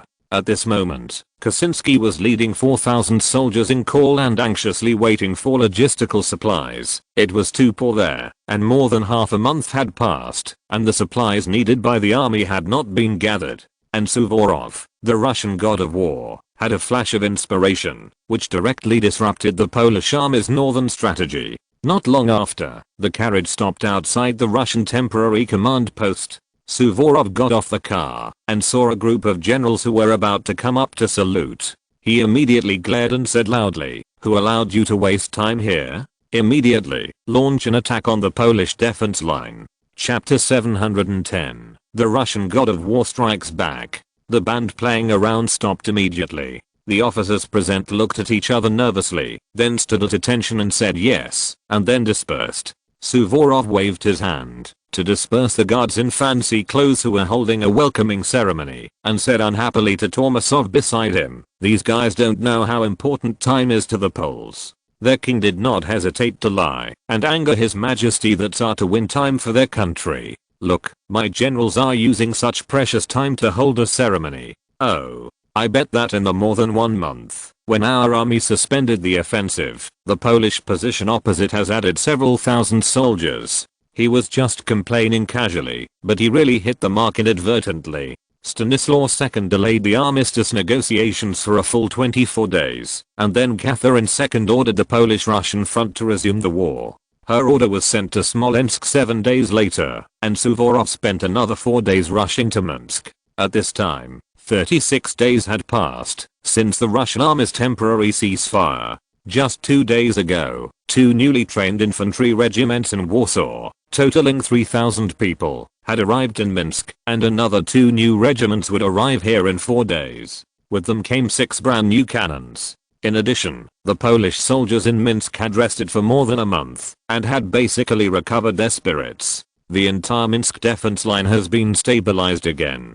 Tormasov thought about it and suggested, "Marshal, perhaps we can publicize to the Poles that their king intends to surrender to hit their morale." "Well, you can try." Suvorov nodded, glanced at the command post decorated with ribbons, and signaled the attendant to bring the horse over. "Let someone dismantle all of these. I'll go to the front line first." "Yes, Marshal." A few hours later, on a mound in front of the Polish defense line, Suvorov put down the telescope and said to Tormasov, "I have to admit that the Polish soldiers are very tenacious." "Yes, Marshal." Kolesnikov's previous tactical arrangements were too rigid. Suvorov signaled the staff to unfold the map. "We have an advantage in manpower. Such a strong attack can indeed break through the Polish defense line, but it will take a lot of time." He recalled the situation on the battlefield and ordered, "Narrow the attack surface and concentrate the entire army on attacking the village of Yashino on the south side. The Gumilyov Corps does not need to participate in the attack anymore. Let them bypass the Polish defense line from Novogrudok and head west." Tormasov was surprised and said, "Marshal, Novogrudok is full of dense forests, and it is almost impossible to supply it. Novogrudok is on the southwest side of Minsk. After passing here, we can launch an attack on the important town of Drosycyn in central Poland. The latter is adjacent to Warsaw." Suvorov smiled and said, "It doesn't matter, as long as the Poles believe that I intend to attack Drosycyn. There are the most serfs in the Gumilev Corps, and their equipment is very poor. They can't play a big role here. But after they withdraw, the Poles will have to divide their troops to deal with it. This is the rational use of superior forces." He listened to the rumbling of artillery in the distance, and jumped on his horse. "It is estimated that in a week at most, the Polish forces will be concentrated in the direction of Yashino village, and then we will immediately turn to attack the north. Oh, now we can arrange artillery positions on the northern line in advance." "Yes, Marshal." 2 days later, the news about the Polish king spread among the Polish soldiers in Minsk. behind the breastwork. Zeslaw looked at the retreating Russian army, put away his flintlock, turned to the young man next to him whose face was blackened by gunpowder smoke and said, "Hey, Vanya, have you heard? His Majesty the King is going to Petersburg to surrender." Vanya stopped counting the ammunition and deliberately widened his eyes. "Oh, God. I'm really surprised that our king knows that we are at war with Russia." His words immediately caused a burst of laughter. Yes, now Stanislaw II is just a clown who knows nothing among the people. No one really takes his behavior seriously. The tall brown-haired soldier next to him shouted, "His Royal Highness is still commanding the battle in Moscow, and no one will surrender." That's right, the parliament has just issued a new mobilization order. The recruit training camp in Warsaw is crowded with people every day. A soldier whispered mysteriously, "I heard from the commander that General Kosciuszko is making a surprise attack on Moscow." Suvorov never expected that the news of the king's surrender could help the Polish soldiers liven up the atmosphere and relax their nerves between battles. At this moment, Stanislaw II, who was regarded as a joke by everyone, was standing in a room on the second floor of the Winter Palace, looking worriedly at the west sky. That is the direction of Poland, Paris. In the room on the second floor of the Palace of Versailles, Perna tucked in the corner of Camelia, who was sleeping soundly with a frown on her brows. She turned around and shook her head gently to the Crown Prince and whispered, "Your Highness, she is still running a fever. Various methods have been tried, and the dosage of BDP has been doubled, but none of them worked." BDP is the abbreviation of Blessing of the Crown Prince, the most effective antipyretic drug currently available. Camelia, who was in a coma, suddenly began to cough violently. Perna hurriedly leaned over to support her and gently stroked her back. Joseph's expression became solemn. The maid had been having a fever for 3 days and 2 nights, and there had been no signs of improvement. After Camelia calmed down, Perna continued, "And she hasn't eaten much in the past 2 days, which will make her weaker." Joseph frowned and said, "Her lungs are likely to be infected. The water of the Seine River is very dirty, and it can easily cause infection if it is choked directly into the lungs." "Infection?" Perna asked. "Is it like a wound festering?" "Similar. It's all bacteria that are eroding the body." "Then, should her lungs be filled with alcohol?" Perna had extensive experience in treating wounds with 75% alcohol on the battlefield. Chapter 711 Terrible Medical Skills. Joseph immediately held his forehead. If he didn't know that Perna was kind-hearted, he would have thought she was going to murder him. After Perna finished speaking, she realized that she had made a fool of herself. Alcohol in the mouth can choke a person to death, and if it enters the lungs, it will really kill a person. No, this shouldn't work," she murmured and shook her head. The imperial physician groused beside him carefully reminded, "Your Highness, if other methods are ineffective, you should perform bloodletting." "Absolutely not," Joseph and Perna said in unison. "Wait." Perna suddenly remembered something. "We still have a way we haven't tried." Joseph tilted his head. "What do you mean?" "Your Highness, I remember you said that antibiotics are used to kill bacteria in the body?" Joseph nodded. "Yes, but we don't." Perna moved closer and whispered, "I heard from my father that some have been synthesized." Joseph was immediately overjoyed. "You mean type 1 antibiotics?" The so-called type 1 antibiotics is the research and development code name of penicillin in France. About 7.5 grams. Perna nodded, and then said nervously, "Oh, I heard it by accident, not my father who leaked it." "It's okay." Joseph patted her and turned to Emmanuel and said, "Please prepare the carriage and take Camelia to the Paris pharmaceutical factory." The Paris pharmaceutical factory was the workshop that Joseph had acquired for Lamech, but its scale had expanded more than 10 times. The factory produced medical preparations such as the blessing of the Crown Prince, tocopherol, and disinfectant alcohol, but its core was the most advanced medical laboratory in Europe, which was presided over by Dr. Lamech, and was used to develop penicillin. More than 40 minutes later, several carriages drove through 3 gates under the watchful eyes of the royal guards responsible for security, and entered the most mysterious courtyard on the north side of the pharmaceutical factory. Dr. Lamech, with dark circles under his eyes, hurried over when he heard that the Crown Prince had come. Joseph asked immediately without waiting for him to salute. Dr. Lamech, I heard from Perna that there are 7.5 grams of type 1 antibiotics in the laboratory? Yes, Your Highness. Lamech's expression was a little proud. The output of the pharmaceutical factory for 1 year and 5 months. Joseph sighed secretly. This output was really too low. You know, this laboratory consumes 150,000 francs of funds a year. Almost every gram of penicillin costs 30,000 francs. He was a little puzzled. Then what about the output in the first 2 years? This laboratory has been running for 3 years, but it has only produced 1.5 years. Lamech said a little embarrassedly. In fact, before August last year, only 0.9 grams were produced here. All of them were used for drug efficacy verification. Joseph immediately thought of something. So, in August last year Lamech smiled and nodded. You have cultivated a high yield strain, Your Highness, thanks to your magical genetic theory. Joseph thought to himself, your high yield strain is not very high yielding, but it is also a historic breakthrough. Camelia's cough came from the stretcher behind him. Joseph hurriedly said, Dr. Lamech, Camelia's lungs are infected, and the situation is very dangerous. I want to treat her with type 1 antibiotics. Lamech raised his hand, tried Camelia's forehead, pressed on her neck, and silently calculated her pulse. Perna added, it was 39.6 degrees before departure. Father, she had been having a fever intermittently for half a month before.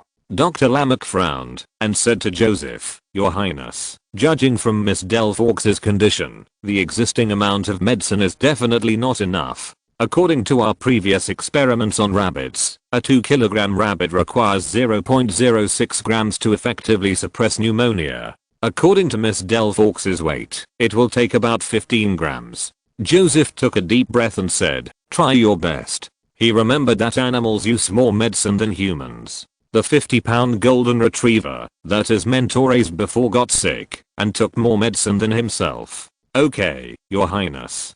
Drive. Lamech nodded solemnly and instructed his assistant, clear room 105 and prepare for surgery. Although Joseph was a little puzzled, it was just a little penicillin. Why do we need surgery? But he immediately thought that it might be that Dr. Lamech's wording was inaccurate, so he didn't care too much. 20 minutes later, Dr. Lamech and 3 assistants put on masks, carefully took out the precious penicillin from the box, and weighed it very carefully. Then, Dr. Lamech pulled out a scalpel and pulled up Camelia's arm.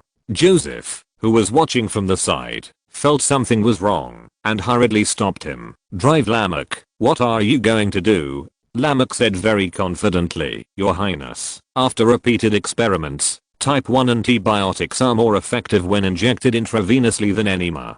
Joseph automatically filtered out enema and asked, if it's an intravenous injection, how do you hold the scalpel? Before Lamech could answer, Perna pointed to the goose feather tube on the tray and explained to him, Your Highness, the doctor will make an incision in the patient's vein and insert the goose feather tube into the vein through the incision. She pointed to the yellow skin bag held by another assistant. The medicine is put into the pig bladder and squeezed into the patient's body through the other end of the goose feather tube. Joseph's face turned green. No wonder Lamech said he wanted to do surgery. It turned out to be an injection. Only then did he remember that he seemed to have never seen doctors of this era use syringes. He whispered to Perna, so, there is no syringe yet? Syringe? It's a tool that uses a needle to inject medicine into the patient's body. Perna widened her eyes and shook her head. No. In fact, the world's first medical syringe would not be invented until half a century later. Joseph looked at the small spoonful of penicillin powder in Lamech's hand. That was the amount of medicine Camelia took at one time, and recalled the scene of his own intravenous drip in his previous life. When the nurse mixed the antibiotics, there was far less powder in the medicine bottle. He immediately figured it out. According to Lamech's method, the wound would continue to bleed, flushing a lot of medicine out of the body. There must be a lot of medicine left in the pig bladder. The amount of medicine must increase significantly. Please wait a moment, Dr. Lamech. Joseph raised his hand to signal. I know a tool that can better deliver medicine into the human body. Syringe. Not long after, Lamech and others looked at the sketch of the syringe drawn by Joseph, and they all couldn't hide their shock, and kept nodding and praising. It's actually possible to deliver medicine into the patient's body in this way. It's so ingenious. The amount of bleeding should be very small. With this kind of tool, anyone can be comparable to the top doctors. Chapter 712 Rabbit and Camellia. The doctors didn't mention that the syringe would reduce the patient's pain. Joseph interrupted everyone's admiration and asked, "So, who can make this thing?" Lamech thought, "A watchmaker. They can process very fine parts." "Jeweler," Perna said, "the most complicated part of this syringe is the hollow needle. I've seen the queen's hair ornaments, and the barrel of the gun on it is hollow." Joseph immediately remembered his mother's warship hair ornament. The barrel of the gun on it was only slightly thicker than a toothpick. He nodded and said, "Call the watchmaker and jeweler. Oh, and borrow 2 locksmiths from my father." Thanks to the developed rail transit system in Paris today, only an hour later, 7 royal craftsmen arrived at the Paris pharmaceutical factory. These top French craftsmen gathered around the standard drawings redrawn by the crown prince, discussed for more than 10 minutes, determined the division of tasks, and then laid out their tools, and began trial production. The jeweler rolled a silver sheet into a hollow tube as thick as a toothpick, burned it to red, and then clamped the 2 ends and slowly stretched it. As the silver tube became longer, its diameter became thinner. But when it was only half the thickness of a toothpick, it suddenly broke in the middle. The jeweler was not discouraged. He quickly threw away the waste and started the next attempt. The syringe was originally made of brass by the locksmith, but it was soon discovered that melting casting was too time consuming, so it was finally decided to use fusible tin instead. Although Joseph knew that tin usually contains a small amount of lead, if only a few injections were made, the harm should be minimal, so he did not interfere. After all, speed is the most important thing at the moment. 2 hours later, a dark silver syringe that was slightly thicker than the locksmith's thumb and had a somewhat simple shape was placed in front of Joseph. For ease of processing, the needle was directly welded to the tin syringe. The pushrod and the piston were a hollow stick. This was the easiest solution to meet the sealing requirements. In short, everything seemed a bit makeshift. But the silver needle was never a makeshift one. After the jeweler tried dozens of times, he finally stretched its diameter to a level close to that of the later intramuscular injection needle. Joseph tested it with clean water and confirmed that the syringe was usable. He immediately gave it to Perna for fumigation and disinfection. More than 10 minutes later, Dr. Lamech, at the suggestion of the Crown Prince, reduced the amount of penicillin to 0.8 grams. He excitedly and unfamiliarly picked up the world's first syringe and prepared to inject Camellia.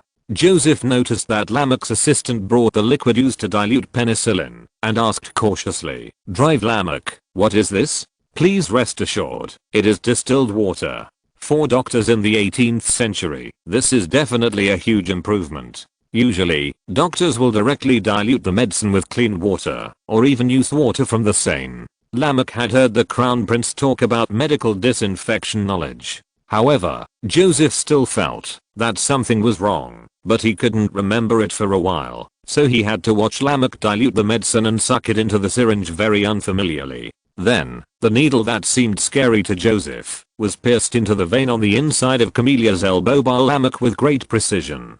After all, he was the top surgeon in Europe, and his hands were accurate and steady. Watching the medicine being slowly injected into the maid's body, Joseph suddenly slapped his forehead, remembering what he had forgotten just now, and said anxiously, "Stop, stop." No skin test was done. Lamech was startled and hurriedly pulled out the needle. Joseph looked at the position of the putter and saw that it was less than a quarter of the way in, which was okay. Lamech said nervously, "You said just now, skin test?" "Yes, penicillin may cause allergies, and a small dose skin test should be done first. But rabbits have been injected many times and have never had any allergic reactions. That's because they are lucky." After observing for more than 10 minutes, Joseph confirmed that Camellia had no signs of allergies, and he was relieved. Just as he was about to let Lamech continue the injection, he saw Camellia frowning and kept shouting, "It hurts." Perna hurried to comfort her. "Your Highness has given you a special medicine. You will get better soon. Do you feel a headache or chest pain?" No, the maid shook her head weakly. It's my arm. It hurts a lot. Perna rubbed the area near the needle hole for her and whispered, it's just a prick. It's okay. No, the whole arm hurts. Joseph frowned. He remembered that allergies would cause rashes, edema, and difficulty breathing. Camelia's symptoms did not seem to be allergic. He suddenly slapped his forehead again and looked at Lamech. It seems that normal saline should be used to dilute the medicine. Normal saline? It's 0.9% saline. Why? It seems to be some osmotic pressure. Joseph only remembered that the intravenous injections in his previous life were diluted with saline or glucose. He once asked the doctor why he did this, and the answer he got was to increase the electrolyte concentration, otherwise it would be very painful. Lamech blinked in confusion. Your Highness, but when I was experimenting with rabbits before, I used distilled water, and the effect was very good. If the maid still had the strength at this time, she would definitely protest against the idea of treating her as a human-shaped rabbit. Joseph sighed. Did the rabbit struggle hard? It seems. Yes. It hurts. Joseph gestured to the bed. Camelia is like this. Lamech's eyes widened, obviously not quite understanding, but out of trust in the medical level of His Royal Highness the Crown Prince, he immediately nodded and said, you mean, we should use 0.9% saline? Yes, remember that the salt should be filtered through multiple layers. Okay, Your Highness. I'll prepare it now. Fortunately, the equipment in the laboratory of the pharmaceutical factory is very complete. More than 10 minutes later, an assistant brought over a small half cup of filtered saline. Lamech calculated the amount of salt that needed to be added according to the volume of distilled water in the syringe, and sucked it into the syringe after weighing. The silver needle pierced Camelia's arm again, injecting all the penicillin into her blood vessels. Joseph remembered that she had not eaten seriously for several days, and said to Lamech, "Drive Lamech, please prepare some more glucose for her injection." Glucose? Joseph frowned. Could it be that glucose has not been discovered yet? He tried to describe it. It is the special sugar extracted from grapes, which has no sweetness. Lamech suddenly realized, you mean the sugar discovered by Mr. Graf. I have read his paper. I have to look up the information. It seems that raisins need to be used for multiple purification. Joseph breathed a sigh of relief. Then I'll trouble you. At 4 o'clock in the afternoon, Camelia woke up from a deep sleep, and her complexion was obviously not as bad as before. Perna measured her temperature, and then waved the thermometer excitedly. Thank God. 38.3 degrees. Chapter 713. Royal Military Medical University of France. Unlike the 21st century, where drug-resistant strains are everywhere due to the abuse of antibiotics, the bacteria of this era have not been trained, so the penicillin treatment effect is very good. Only 4 hours after the injection, Camelia's high fever was initially relieved. Just after 5 o'clock, Dr. Lamech brought the newly purified glucose, a small bottle of less than 70 grams, with a concentration of 7.3%. In this era, there was no technology to produce glucose from starch, and the purification technology was imperfect. It took more than 10 kilograms of raisins to make such a small amount of glucose. The cost was as high as more than 200 francs. Lamech sucked the glucose liquid into the syringe, then pierced the blood vessel on Camelia's arm, and began to push it slowly. Yes, the prince specifically instructed that the injection speed of glucose should not be too fast. At this time, there was no drip equipment, so it could only be injected slowly by hand. Fortunately, Dr. Lamech's hands were very steady, and it took 10 minutes to inject all the medicine into Camelia's body. When the needle was pulled out, the latter almost instantly became energetic and asked Perna to help her sit up. Joseph looked at her pale face and asked with concern, "How do you feel? Are you feeling better?" The maid nodded, her voice not as weak as before. "Thank you, Your Highness. I don't seem to feel as bad as before." Lamech and his assistants looked at each other, all with deep shock in their eyes. They were all experienced doctors, and it was easy to see how weak Camelia's body was. According to their estimates, even if the type 1 antibiotic took effect, it would take at least 5 or 6 days for her to recover her strength, just like the rabbits in the previous experiment. The most pessimistic doctor even thought that she would not be able to get out of bed for more than half a month. However, The magical glucose was like magic, which made her energetic quickly. Lamech came to Joseph's side and whispered, "Your Highness, is the drug mechanism of glucose similar to that of opium tincture?" Opium tincture is a cherry extract, which can indeed make people energetic quickly. Joseph laughed and shook his head. No, you misunderstood. Glucose is an energy substance. The food we eat will eventually be converted into glucose in the body, and we will consume this energy when we do anything, even if we just lie down and think. We inject glucose into Camellia, which is equivalent to her having a full meal and digesting it thoroughly so that she can quickly recover her strength. Wait, Your Highness, can you please say it again? Lamech took out his notebook and wrote it down very seriously. Several of his assistants were doing the same thing. No wonder they were so excited. If this amazing theory is proven to be correct, it will definitely win the next Supreme Louis Medical Award. Of course. Joseph nodded and then told Lamech everything he knew about glucose, and by the way, he also talked about injecting saline to replenish electrolytes in the human body. Lamech looked at the notes in his hand and said excitedly, "Your Highness, according to what you said, we can live without eating or drinking and inject glucose and saline every day. The life form of human beings will change because of this." He did not even ask how His Royal Highness the Crown Prince knew these things. In fact, His Royal Highness would give him some surprises from time to time, and he was used to it. It must be a revelation from God. Joseph hurriedly shook his head and said, "That won't do. If we want to survive, in addition to the most basic energy, water and electrolytes, we also need a wide variety of vitamins and trace element. And these substances must be obtained from various foods." Lamech looked at Joseph's eyes and murmured, "Vitamins and trace element are essential substances for survival." Joseph suddenly felt that he had gone too far and coughed dryly. "Well, about these, I can tell you slowly, while you are developing the type 1 antibiotic."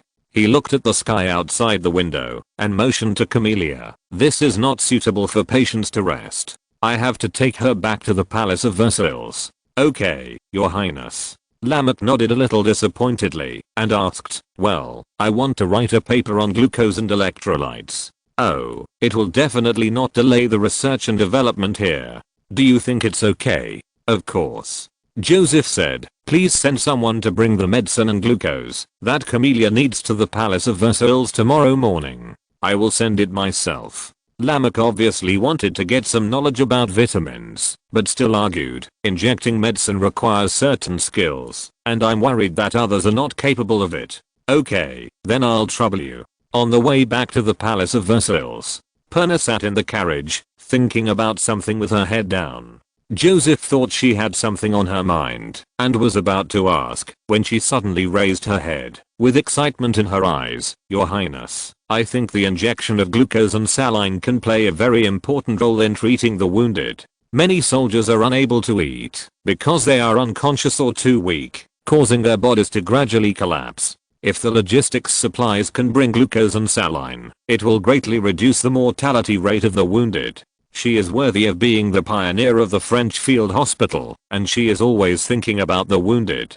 Joseph nodded in agreement. "You are right. However, this requires the construction of a new syringe manufacturing plant. As for glucose, it can be produced in the Paris pharmaceutical factory." Perna continued, "Your Highness, syringes can be produced in the mask factory. There are many skilled workers there. The mask factory that Joseph invested in has always been managed by Perna. Now it has developed into a large factory with a monthly output of 65,000 masks and good profitability." Joseph nodded. "That's good. I will let the craftsman who made the syringe today help you." Perna took his arm, leaned her head on his shoulder, and said softly, "Thank God for letting me meet you. Only with you, my life has become so meaningful."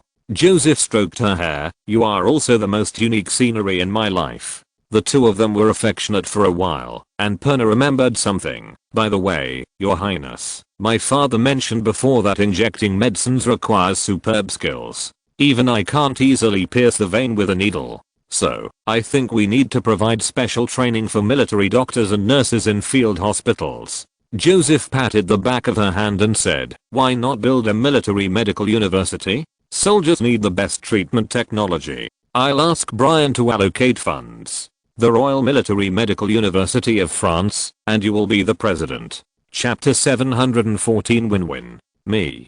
Principal. Perna sat up straight in surprise and waved her hands repeatedly. No, I can't do such an important job well. Joseph smiled and said, be confident, you are the most suitable candidate. At least in terms of modern medical knowledge, you have surpassed 99% of doctors in France. Yes, he said modern medicine. Although Perna only got her medical license last year, the medical association had just approved women to practice medicine at that time, but under his long-term influence, her medical concept is even more advanced than her father's. For example, she is now accustomed to judging the condition from the perspectives of bacteria, cells, immunity, etc., and treating it. It is far better to hand over the military medical university to her than to let those medical masters who are still thinking about bloodletting, fluid balance, etc. take charge.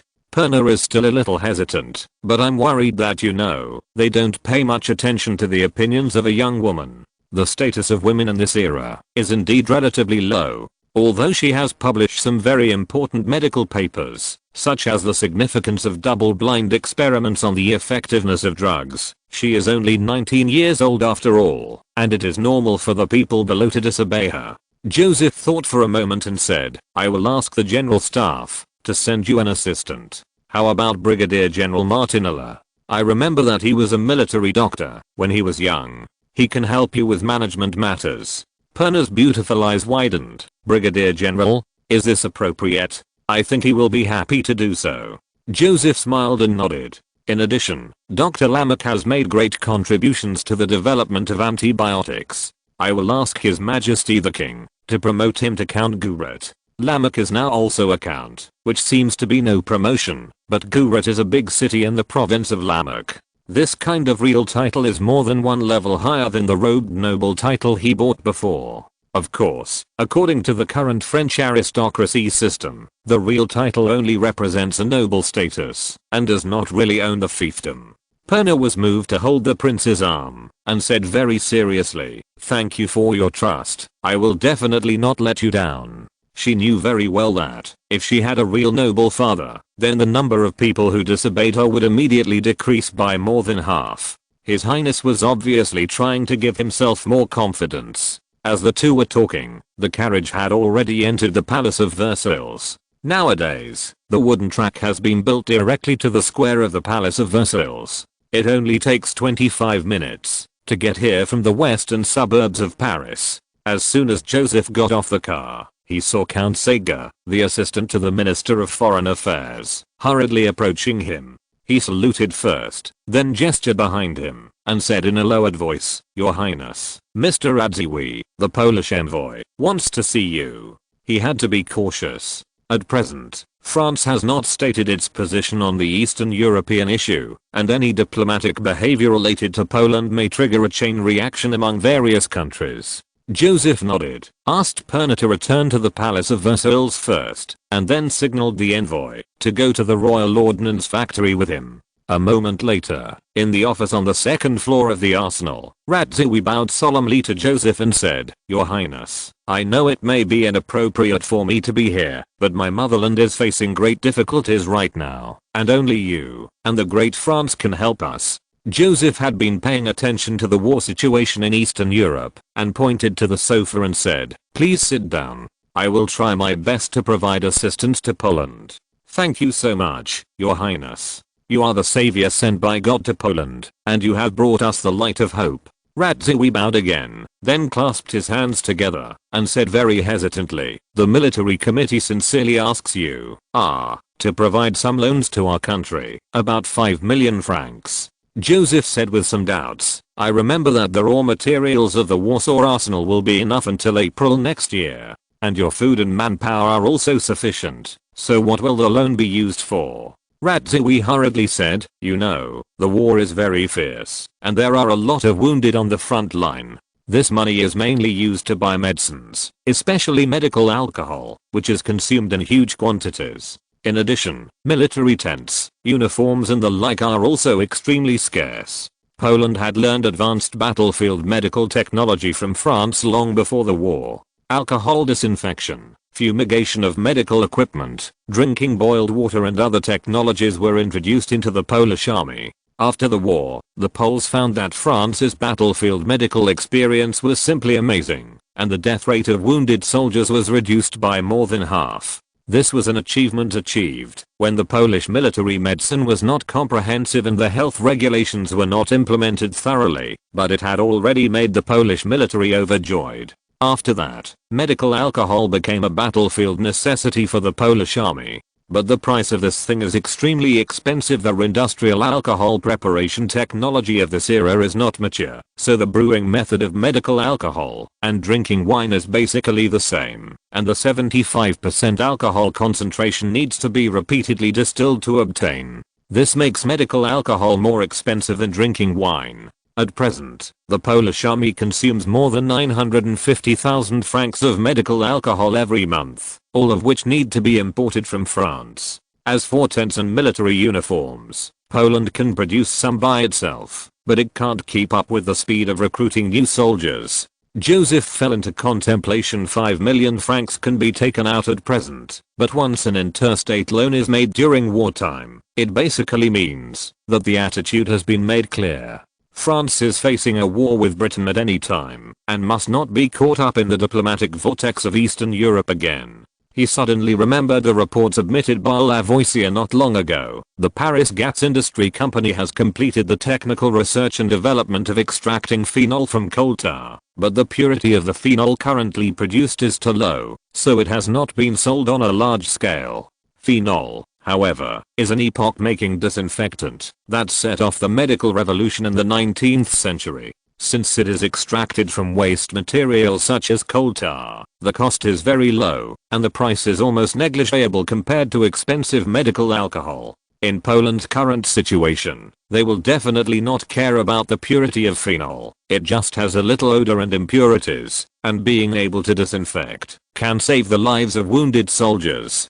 After receiving such a large order for phenol, the Paris gas industry company can form a virtuous cycle of production and capital recovery, and continuously optimize the process in the process until the purity problem is solved. It can be said to be a win-win situation. Thinking of this, he looked at Radziwiłł and said, "I can provide you with another disinfectant that is even better than medical alcohol, and the price is only 6% of alcohol." The latter's eyes widened immediately. "Oh, God, it's so cheap." "Because there is a double monthly ticket event at the end of this month. Please don't vote for the monthly ticket for the time being. It will be more cost effective to save the votes until the end of the month. The author would like to express his sincere thanks here. Muah." If you're listening to this novel on a channel other than Fanfic World, it means they downloaded and uploaded it without effort. We cordially invite you to visit our channel, Mundo Fanfic Novelos. There you'll find the original version of this story and you can explore many other novels of various genres.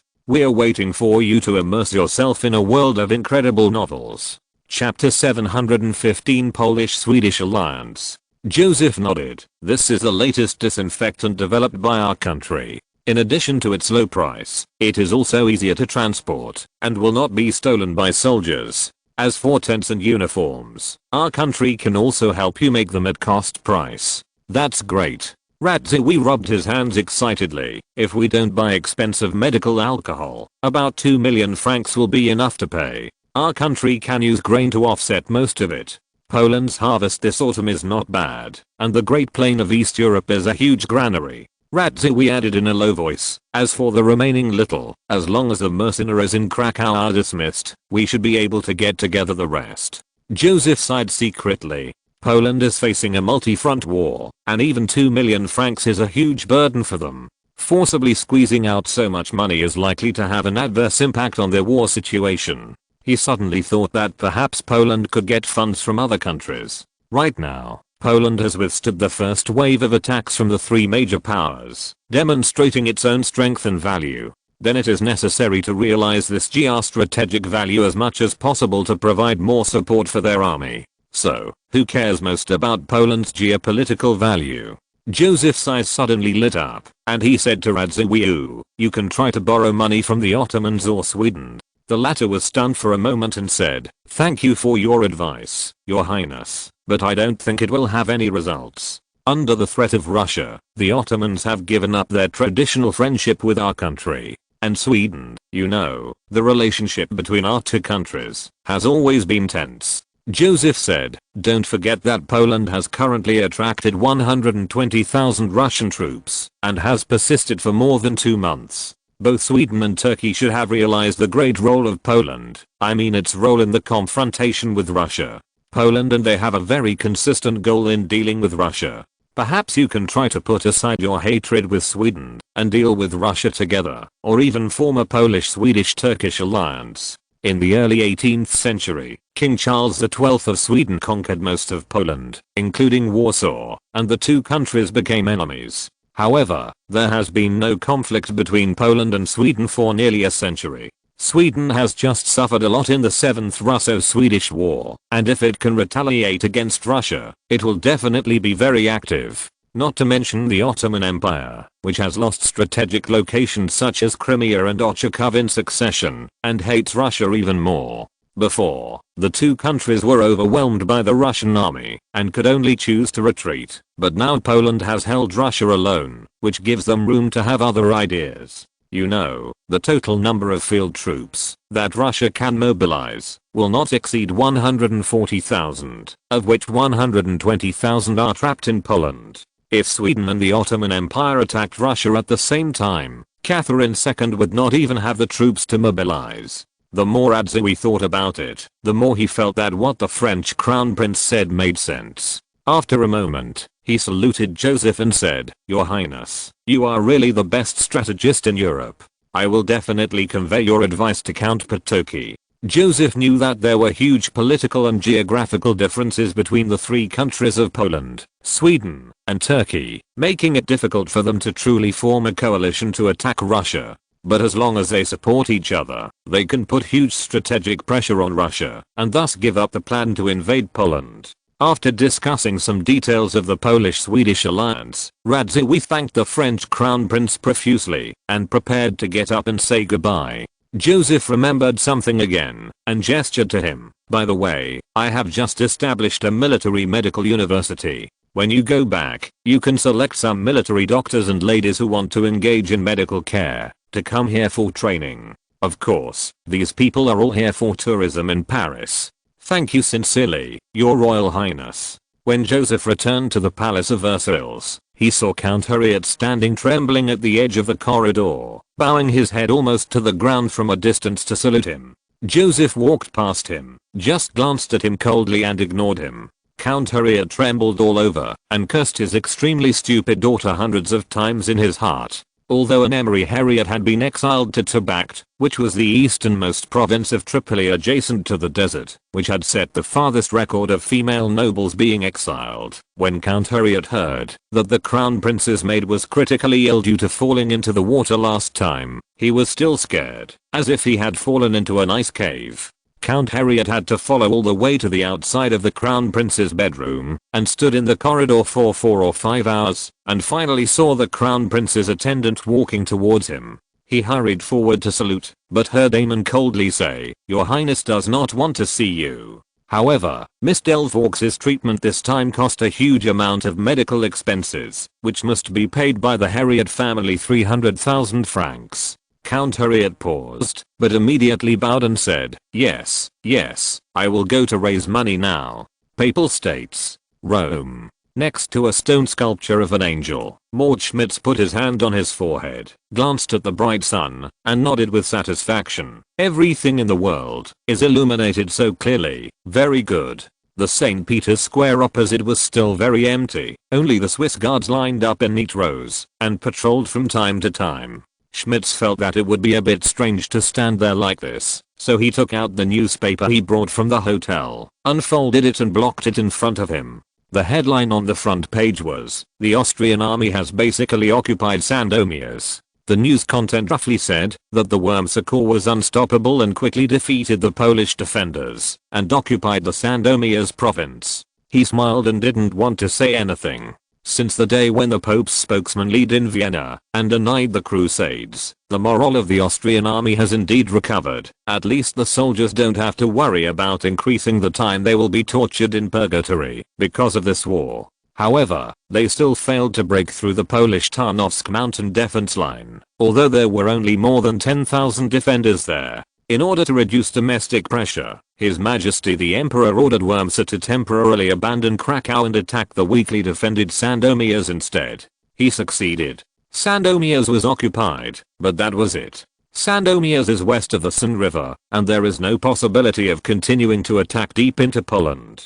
After all, it is a cursed war, destined to encounter misfortune. Schmitz was thinking this when he heard bursts of bells coming from the square of St. Peter's Basilica. He immediately raised his head, his expression calm but extremely determined, and whispered to himself, "It's finally about to begin." Chapter 716 Repent. The crowd that had been waiting to attend the All Saints' Day Mass began to pour into St. Peter's Square like a tide. Schmitz threw away the newspaper and did not squeeze into the surging crowd. Instead, he turned and walked towards the side door on the south side of the cathedral. At the door, several Swiss guards stopped him and shouted, "Stop! You can't go in here." As an Austrian, Schmitz could barely understand Italian. He immediately took out a folded certificate from his pocket and handed it over. "I was ordered by the Deacon Urkel to deal with some things and came back late. You have to let me in. I have to hold the candlestick at the mass today." "Oh, it's in the third row, fifth column." He spoke in Latin.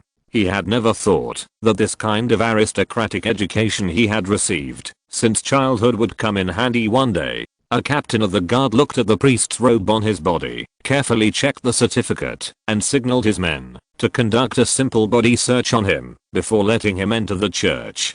Schmitz walked along the corridor with his head down, feeling relieved. Thank God, those people didn't lie to me. This thing really works. His mind couldn't help but emerge from the scene of meeting Domenico in the tavern that day. That was the first member of the organization he met. Schmitz originally just planned to ask the Pope in person why he betrayed the Crusaders, but the organization gave him a more direct option. A radical organization that claims to restore the prestige of the Holy See. They are dissatisfied with the Pope's cowardice. They laugh at the Pope for coming to power through bribery. They denounce the Pope for not daring to recognize Poland's holy war.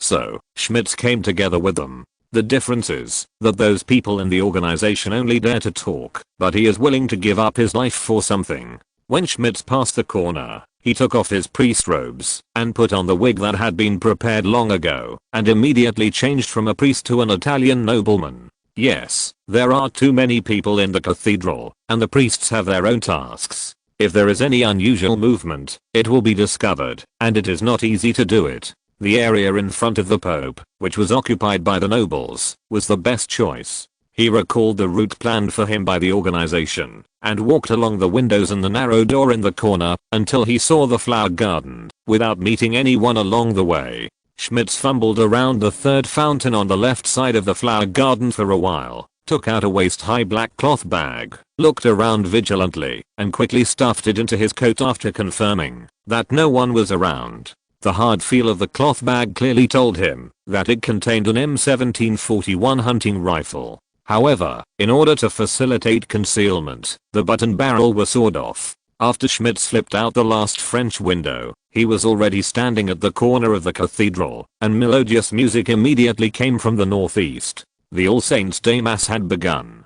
Schmitz held a Bible to his chest to cover the traces under his clothes, and then mixed in with the nobles on the square from the side and back. After a series of opening contents, Pope Pius VI finally came to the high platform in front of the main entrance of St. Peter's Basilica, surrounded by several cardinals. Schmitz took a deep breath and began to move his feet to ensure that the ritual priest in front of him would not block his view.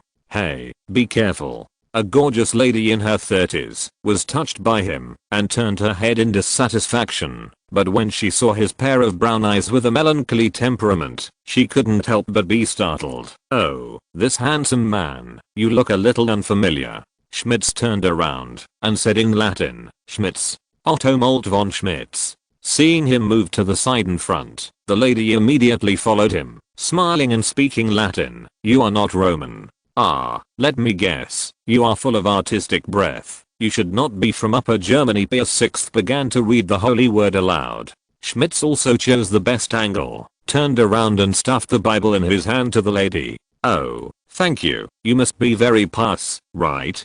The lady showed a charming smile. I know. You must be from the Netherlands, the place where Master Reich came from. By the way, you can call me Stephanie. I'm from Lampedusa. As she was speaking, she saw the handsome young man put his hand into her collar. She immediately pretended to be shy. Are you planning to give me a surprise? The next moment, the handsome Dutch man pulled out a long object from his arms, shook off the black cloth on it, and it was a gun with a cold glow. Ah, no. Schmitz pointed the gun at Pius VI and said in the loudest voice he could, people who distort the oracle are no longer worthy of being the representative of my lord in the world. Repent. The finger pulled the trigger. The flint hit the firing port violently, and the angry sparks ignited the gunpowder in the chamber. Bang! Almost instantly, a cardinal on the left side of Pius VI shouted, "Be careful," and hit the Pope with his shoulder.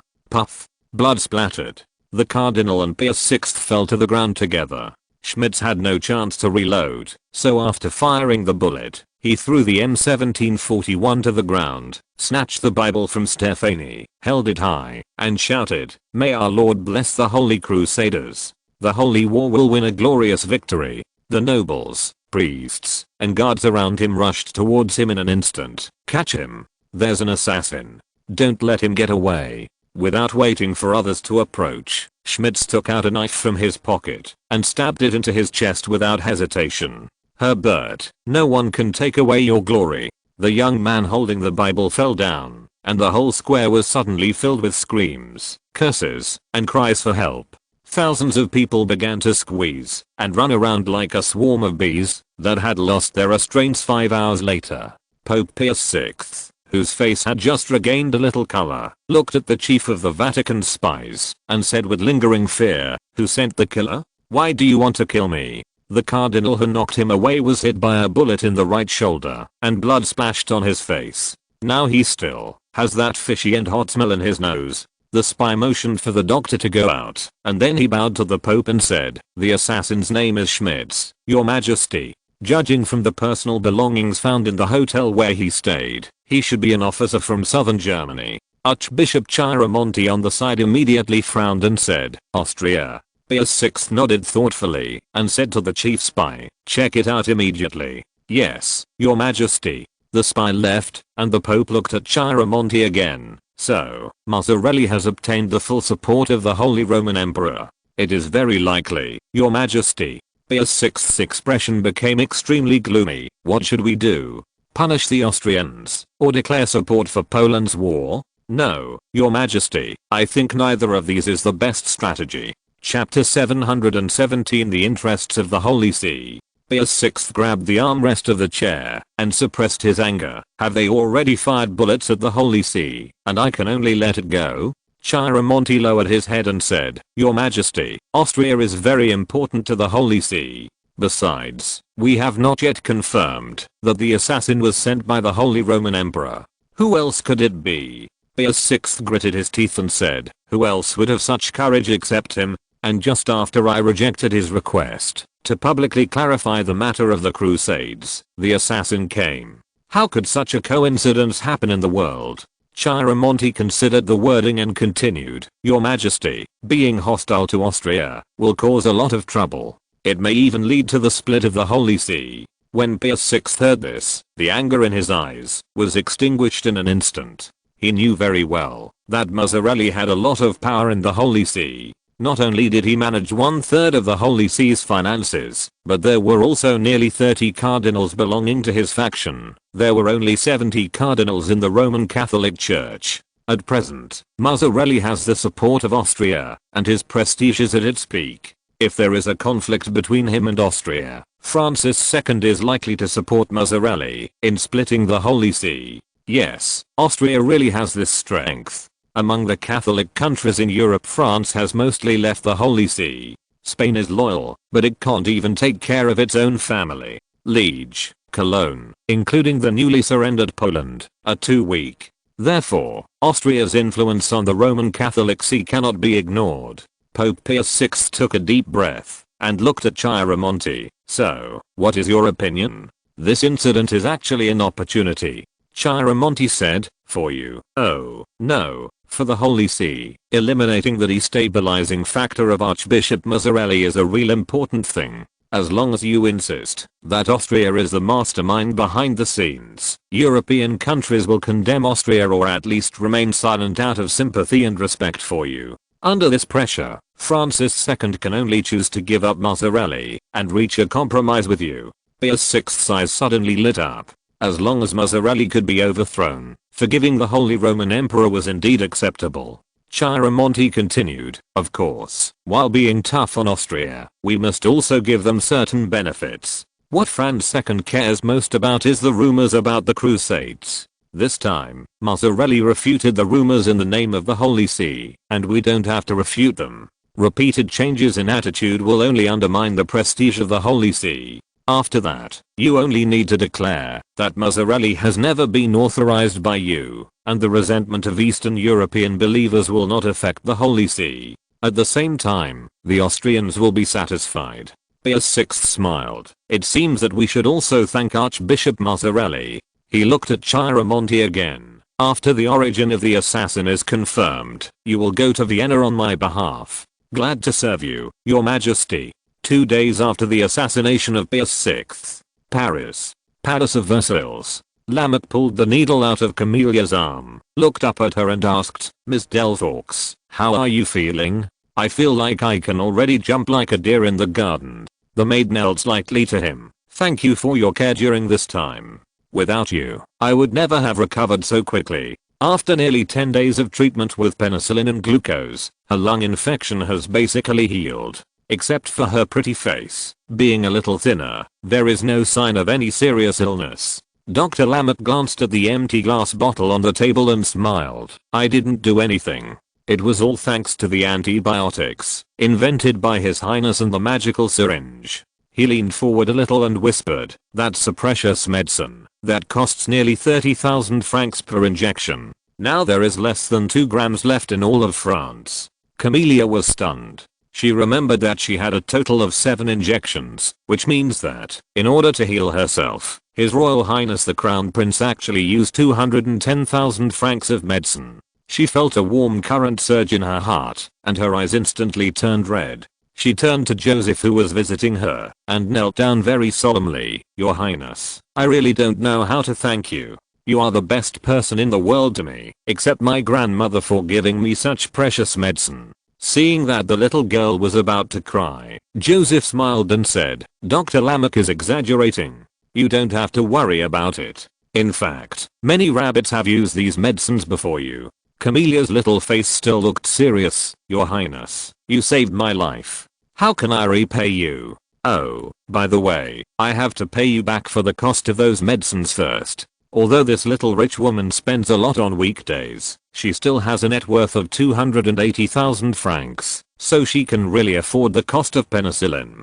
Joseph smiled and waved his hand. The price of the medicine is not calculated, as Dr. Lamech said. However, if you really want to give it, just think of it as buying shares in the Paris pharmaceutical factory. He suddenly remembered something. And the Harriet family compensated you 300,000 francs for this incident. Emmanuel immediately took out several bills of exchange from a wooden box and brought them over. So much. Camelia was a little surprised. She really did nothing, but she had an amazing fortune, all the compensation the Crown Prince asked for her. Last time it was Baron Walter, this time it was Count Harriet. She immediately remembered that Perna told her yesterday that she was the president of the newly established Royal Military Medical University and would be busy with school affairs recently, so she asked her to take good care of His Royal Highness the Crown Prince. I really envy Miss Perna. As a woman, she can become a respected university president. Camelia's mind flashed, and she looked up at Joseph and said, Your Highness, I want to donate this money to the Royal Military Medical University, just as a thank you to Miss Perna for taking care of me. Joseph's heart was touched. This girl really knows how to repay a favor. 300,000 francs. She donated it without hesitation. Wait, she seemed to have said before that she would repay him. At this moment, Xode knocked on the door and said, Your Highness, Mr. Fauci is here, and said there is something very important. Joseph told the maid to have a good rest, and walked quickly to the reception room. Fouché saw the prince coming, and he saluted with his chest, and then took out an urgent report, and handed it to him, saying seriously, "Your Highness, the Pope was assassinated the day before yesterday." Oh. Joseph opened the secret report and frowned slightly. "How is the Pope? Who is the murderer?" Fouché said, "The Pope dodged the bullet, and was not injured. The murderer is a young officer named Schmitz, who is said to be Austrian." Yes, after the signal machine invented by Chap completed the test, Joseph immediately allocated funds for the large-scale construction of signal towers. After 2 months of construction, dozens of signal towers from Paris to Lyon have been completed and started transmitting information. This is why news from Rome, nearly 1,000 kilometers away, can reach Paris in just 2 days. Chapter 718 Information Gap. You know, according to the speed of communication in this era, even if you don't hesitate to tie the horses to death, it will take 4 or 5 days to get from Rome to Paris. In fact, most of the 2 days between the assassination and the time Joseph received the news were spent on the road from Rome to Lyon. It only took Lyon 40 minutes to send the message back to Paris through the signal machine. This was when the signalman had just started working and was very unskilled in his business, and the report from Rome was a bit long. According to Chap's estimation, if the signal tower was connected and everything went well, it would take less than half an hour to transmit 20 words from the southernmost tip of France to the northernmost tip. It was exactly the telegram of this era. Joseph looked at the secret report and nodded. This matter will have an important impact on the political landscape of the entire Europe. Emin, please ask Archbishop Brian and Mr. Talleyrand to come here immediately. Yes, Your Highness. Soon, 2 French ministers came to the reception room of the Crown Prince. Joseph signaled that they didn't need to salute, and handed them the secret report directly. "What do you think of this matter?" The 2 quickly read the secret report. Brian thought, although the Pope escaped, Archbishop Einaudi was seriously injured while protecting him. The Pope must be very angry now, and will severely punish the Holy Roman Emperor. Talleyrand shook his head and said, "I think that the Pope does not seem to want to make things too awkward with the Austrians." Oh. Joseph looked at him and said, "Please tell me your reasons." "Yes, Your Highness." Talleyrand bowed and said, "If the Pope decides to retaliate against the Holy Roman Emperor, he will publicly announce his crimes and punishments at the first opportunity. But he chose not to announce the attitude of the Holy See. Instead, he sent a special envoy to Vienna, and did not even clarify the envoy's mission. This is obviously to facilitate the envoy to respond flexibly during the negotiations." Joseph nodded, tapped the armrest of the chair with his fingers, and said, "You make a lot of sense. So, what does the Pope want?" Brian continued, "Austria's full support for the Holy See, and its commitment to protect the Papal States." Talleyrand also added, "The Holy See has more control over Austrian church affairs. It is even possible to directly ask for a large sum of money." Joseph nodded slightly. "If Austria chooses to cooperate with the Holy See, although it will be under deeper control of the Holy See, it will gain a lot of benefits in the short term. For example, the war in the direction of Poland will be more legitimate. Maybe we should do something." What Joseph didn't say is that in his long-term plan, the Papal States will be dismantled, and the orthodoxy of the Holy See will eventually be transferred to Avignon, France. But if the Papal States and Austria are deeply bound, the former will gain a more stable political and military environment, which will bring huge obstacles to its dismantling. Brian said, "You can choose to assassinate the Pope's envoy on Austrian soil. This will deepen the Pope's anger towards Austria." Talleyrand continued, "Or our country can directly come forward and condemn Austria for assassinating the Pope. In this way, the Holy See must punish Austria for the sake of its dignity, and private transactions will not be possible." Joseph suddenly narrowed his eyes. "I was wondering, if Austria and the Pope reached a compromise, what should be done with the cardinal named Mazzarelli?" After Mazzarelli refuted the rumor in Vienna that the Pope had called for a crusade, the Vatican had remained silent. Coupled with the delicate relationship between him and the Pope, it is easy to think that he should have made some kind of deal with Austria. Talleyrand said, "He will most likely be abandoned by Austria, and the Pope will then settle accounts with him for his unauthorized behavior. So, if he knew in advance that the Holy Roman Emperor was going to negotiate with the Pope, what would he do?" Talleyrand immediately said, "Do everything he can to disrupt the negotiations." Joseph nodded and looked at Fauci. "How long will it take for the Pope's envoy to arrive in Vienna from Rome?" "About 20 days, Your Highness." Fauci said, "The various pumps of the Holy See will slow him down." "And how long will it take for us to get the message to Vienna?" "About 10 days. The signal machine will first send the message to Lorraine, and then send someone on horseback to Vienna." Joseph smiled. "In other words, if we intervene, Archbishop Mazzarelli will have 10 days to prepare?" "That's right, Your Highness." Vienna. Schönbrunn Palace. Franz II said to Chiaramonti with a gloomy face, "I said that the assassin has nothing to do with me, and I deeply regret what happened to the Pope. At the same time, Archbishop Mazzarelli and I have a deep friendship, and I will not allow anyone to hurt him. He has been troubled by the assassination attempt on the Pope recently, and the damn assassin turned out to be an officer of the Royal Carpathian Corps." Francis II knew that the Pope would come to cause trouble, and he had already made some preparations, but he did not expect that the Pope's envoy would point the spearhead at Mazzarelli right from the start.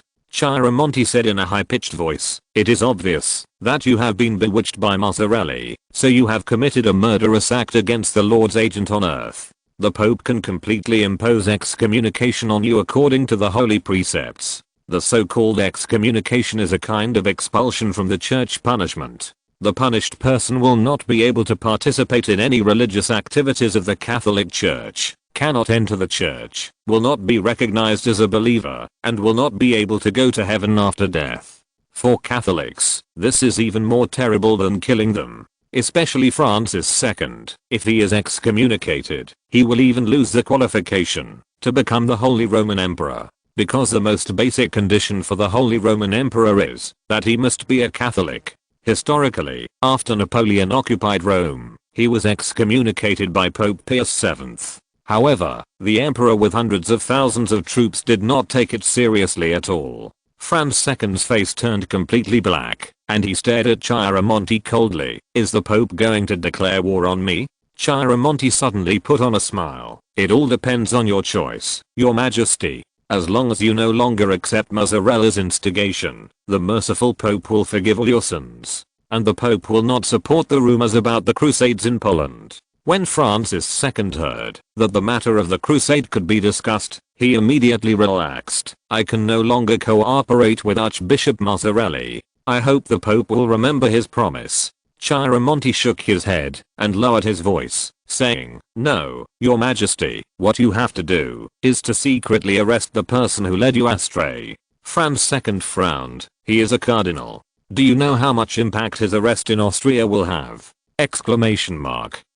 Please rest assured that the Holy See will not have any objections to this move. In other aspects, I believe you can do it. Chapter 719 Charlemagne's Dream. An hour later, Francis II knelt on one knee in front of Archbishop Chiaramonti, kissed the ring on his finger, and recited a prayer. "My soul longs for your forgiveness and guidance. My life, thoughts, and deeds are dedicated to you. May all glory be to God, now and forever, forever and ever." According to Catholic etiquette, he knelt to worship God. However, this also clearly showed his attitude. On the square of Schönbrunn Palace, Giacinto Reale looked at the gate of the palace in front of him, took a few deep breaths, but his hands were shaking slightly. He heard the news that the Pope's envoy had arrived in Vienna. He was supposed to meet the Holy Roman Emperor before the envoy, but his master Mazzarelli encountered heavy snow in Villach. According to the itinerary, he could not leave Austria until this afternoon. For the absolute safety of his master, he could only delay coming to Schönbrunn Palace until now. Yes, a week ago, a mysterious person told Mazzarelli that the Pope had sent an envoy to Vienna. The messenger also encountered wind and snow, otherwise he would have arrived a few days earlier. Mazzarelli immediately left Austria for the Papal States, and left Reale behind, to complete an important mission. Reale was soon summoned by Francis II. The first thing the Holy Roman Emperor said when he saw him was, "Where is your master? I think he is almost in Rome." Reale leaned forward and said, "What?" Francis II was shocked. "Isn't he giving a speech in Baroni? Damn it." Rael's heart was pounding, and he mustered up the courage to say, "Your Majesty, it seems that you have already negotiated terms with the Pope. People who are familiar with his master say that he is a gambler, but he prefers to call his master an adventurer. There is a fundamental difference between the two. Gamblers will bet everything without looking at the cards, while adventurers will choose to act only when they are sure. So this follower believes that he should not be hanged by the Holy Roman Emperor today." Franz II nodded and said calmly, "It doesn't matter. As long as he doesn't have my support, the Pope can deal with him himself." "No, Your Majesty," Rael said firmly, "you must support Archbishop Mazzarelli." Franz II smiled and signaled to the guards, "Lock him up." Rael raised his voice, "If you do this, then the letters you wrote to my master, which are about asking the Holy See to declare the Crusades a rumor, as well as the content of your foreign minister's negotiations with him, and the manuscripts involved, will be made public." Franz II stood up immediately, waved his hand and shouted angrily, "I swear, if he dares to do this, I will throw him into hell." Rael recalled the master's instructions and continued, "Moreover, the master will take the initiative to confess to the Holy See, and confess that you and he conspired to assassinate the Pope." Franz II was stunned immediately. If only the conspiracy between him and Mazzarelli to dispel the rumors of the Crusades was leaked, at most the soldiers fighting in Poland would be a little dissatisfied.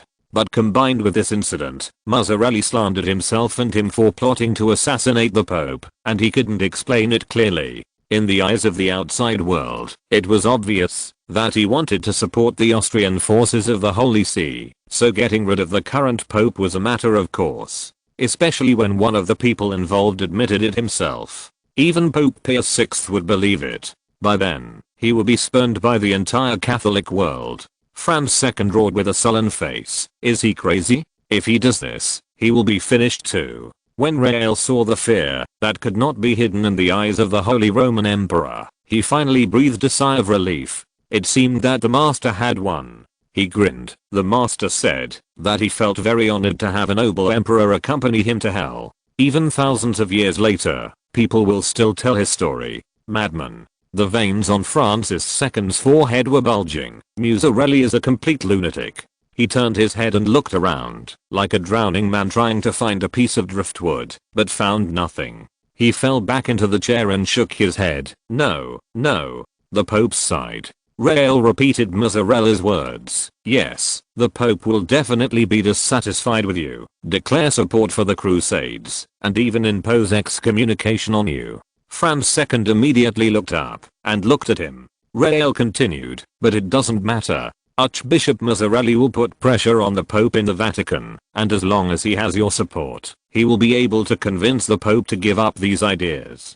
But if you are still uneasy, you can let Tuscany and Venice cooperate." Rael smiled. "Oh, the French method is very useful. What is it called?" "Oh, military exercises. That's right. Let the two countries conduct a large-scale exercise on the border of the Papal States. I believe the result will satisfy you."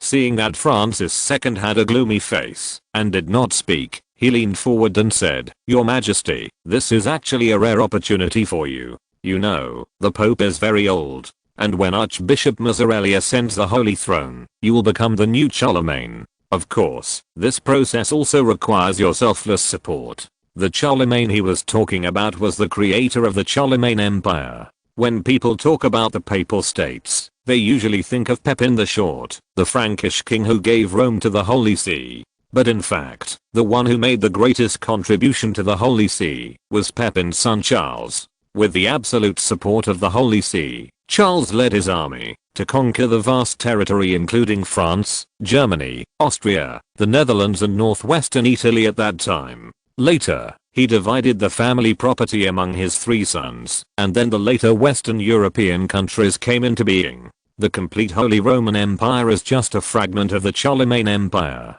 At the same time, the Papal States also received huge rewards from Charles, including a large amount of land and dominance over religion. It can be said that this is the most glorious period of the Holy See in the past few hundred years. Francis II was immediately moved when he heard this. Mazzarella's meaning was very clear. If he became Pope, he would help Francis II sweep across Western Europe, just as Leo III supported Charlemagne.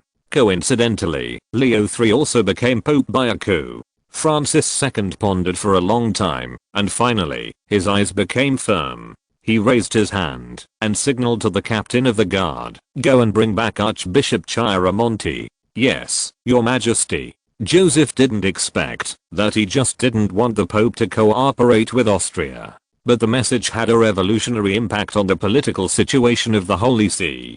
The United States. Philadelphia. "Excuse me, it is impossible for the Parliament to pass this bill." Hamilton, the US Treasury Secretary, showed a regretful expression to Lord Grenville. "Besides, the materials needed to support your expeditionary force will inevitably cost a lot of money. With our financial situation, we absolutely cannot afford it." Chapter 720, The Most Profitable Business. "It seems that I have come here for nothing." Lord Grenville spread his hands and continued, "Then, let's talk about a business deal next." Hamilton sat up straight. "I'm listening carefully. To be honest, the current relationship between the United States and Britain is not very good. Especially after Booker's destruction in Georgia, the voices of the American people about strengthening the US-France alliance are getting louder and louder. And the British actually came to ask the United States to provide logistical assistance to the British troops in St. Domingo. Hamilton has made up his mind that no matter what tricks the British Foreign Secretary plays, he will refuse it outright." Grenville coughed lightly and said, "Parliament has decided to sell all the colonies in the Caribbean to the United States." "That's not it." Hamilton suddenly shuddered and said with wide eyes, "What did you say? Colonies in the Caribbean?" Grenville smiled and nodded. "Yes, all of them will be sold to the United States. From Jamaica to the Lesser Andros Islands." Hamilton's breathing suddenly became rapid. The United States has always coveted the Caribbean Sea at its doorstep, but it has been divided up by major powers such as Britain, France, and Spain, and the United States can only watch. And the British suddenly said that they would give the colonies here to the United States. You know, Britain occupies the most colonies in the Caribbean, more than half. Hamilton quickly calmed down and asked, "You mentioned business before, so what about the price?" "I have to remind you that the entire Caribbean region is in riots with blacks, and there is no benefit at all. The riots will always subside," Grenville said in a relaxed tone. "For islands so close, I believe the United States will definitely have a way." Hamilton did not make a statement, but he actually agreed with this sentence in his heart. The cost of the United States sending troops to the Caribbean islands is much lower than that of the United Kingdom. At the same time, it is extremely convenient to manage nearby. But if someone told him that the United States had not been able to deal with Cuba, the Bahamas and other countries until the 21st century, I don't know how he would react. But I think Parliament will still not invest too much in these ungovernable islands. Grenville struggled with him for a while, and seemed to be ready to give up the struggle. Okay, you are really good at bargaining. I'll just tell you the bottom line of Parliament. First, when a war breaks out in Europe, the United States must remain neutral, at least not attack Britain and Britain's allies. Hamilton did not express his opinion, but raised his hand to signal, "Please continue." Secondly, the United States must recognize British assets on the Caribbean islands, if they have not been destroyed by the niggers. Of course, British plantation owners will pay taxes to the US government. Finally, our country will receive the lowest price treatment for sugar products produced in the Caribbean region, for a period of 30 years. That's all? That's all. Hamilton thought for a moment, nodded and said, "I will submit a bill on this matter to Parliament. I hope you don't have to wait too long." Hamilton remembered something else and asked, "What about the British Expeditionary Force in St. Domingo?" Grenville sighed. "The Marquis Cunningham will return to London in early November. So, you'd better be prepared before then." The war in St. Domingue showed no signs of ending. After the British government had spent more than £600,000 here, it finally decided to cut its losses. However, Grenville had already obtained as much benefit as possible for Britain, especially the second point he mentioned. If the Americans were really able to quell the riots of the blacks, many British plantations would be able to be preserved. This was equivalent to using the American army to safeguard British interests. Of course, this depends on whether the United States has the strength to do so. At noon the next day, the United States Federal Congress quickly made a decision to buy all of Britain's colonies in the Caribbean for $30,000, and the two sides also signed the Caribbean Agreement for this purpose. More than half a month later, the exhausted British Expeditionary Force evacuated Saint-Domingue by ship. The Saint-Domingue Parliament immediately left Mount Duet and returned to Port-au-Prince, and announced in a high-profile manner that this day would be set as the National Day of the Republic of Saint-Domingue. When the news reached Europe, Austria, Prussia, Portugal and other big countries successively recognized the regime of Saint Domingo. At that time, sugar cane was as expensive as gold. Who wouldn't want to buy some cheap sugar from Saint Domingo? But they didn't know that the license to sell sugar on the island had long been in the hands of the crown prince of a certain country, southwestern Russia. Kharkov. Kosciuszko pulled the reins and looked at the vast plain behind him. The Russian Kursk fortress, which was blackened by artillery fire, was almost out of sight. He made a cross on his chest, a pain surged in his heart, and he murmured in a low voice, "Warriors, may God bless you." In order to conquer this sturdy fortress, the brave soldiers of his 3rd Royal Division launched a fierce attack for 3 consecutive days and 2 nights without fear of life and death, and even carried sandbags to fill a passage in front of the first barrier with corpses and sand. Finally, after paying the price of more than 2,000 casualties, they conquered the Kursk fortress. In order not to slow down the march, more than 1,000 wounded soldiers resolutely demanded to stay in the fortress, and brought almost no food.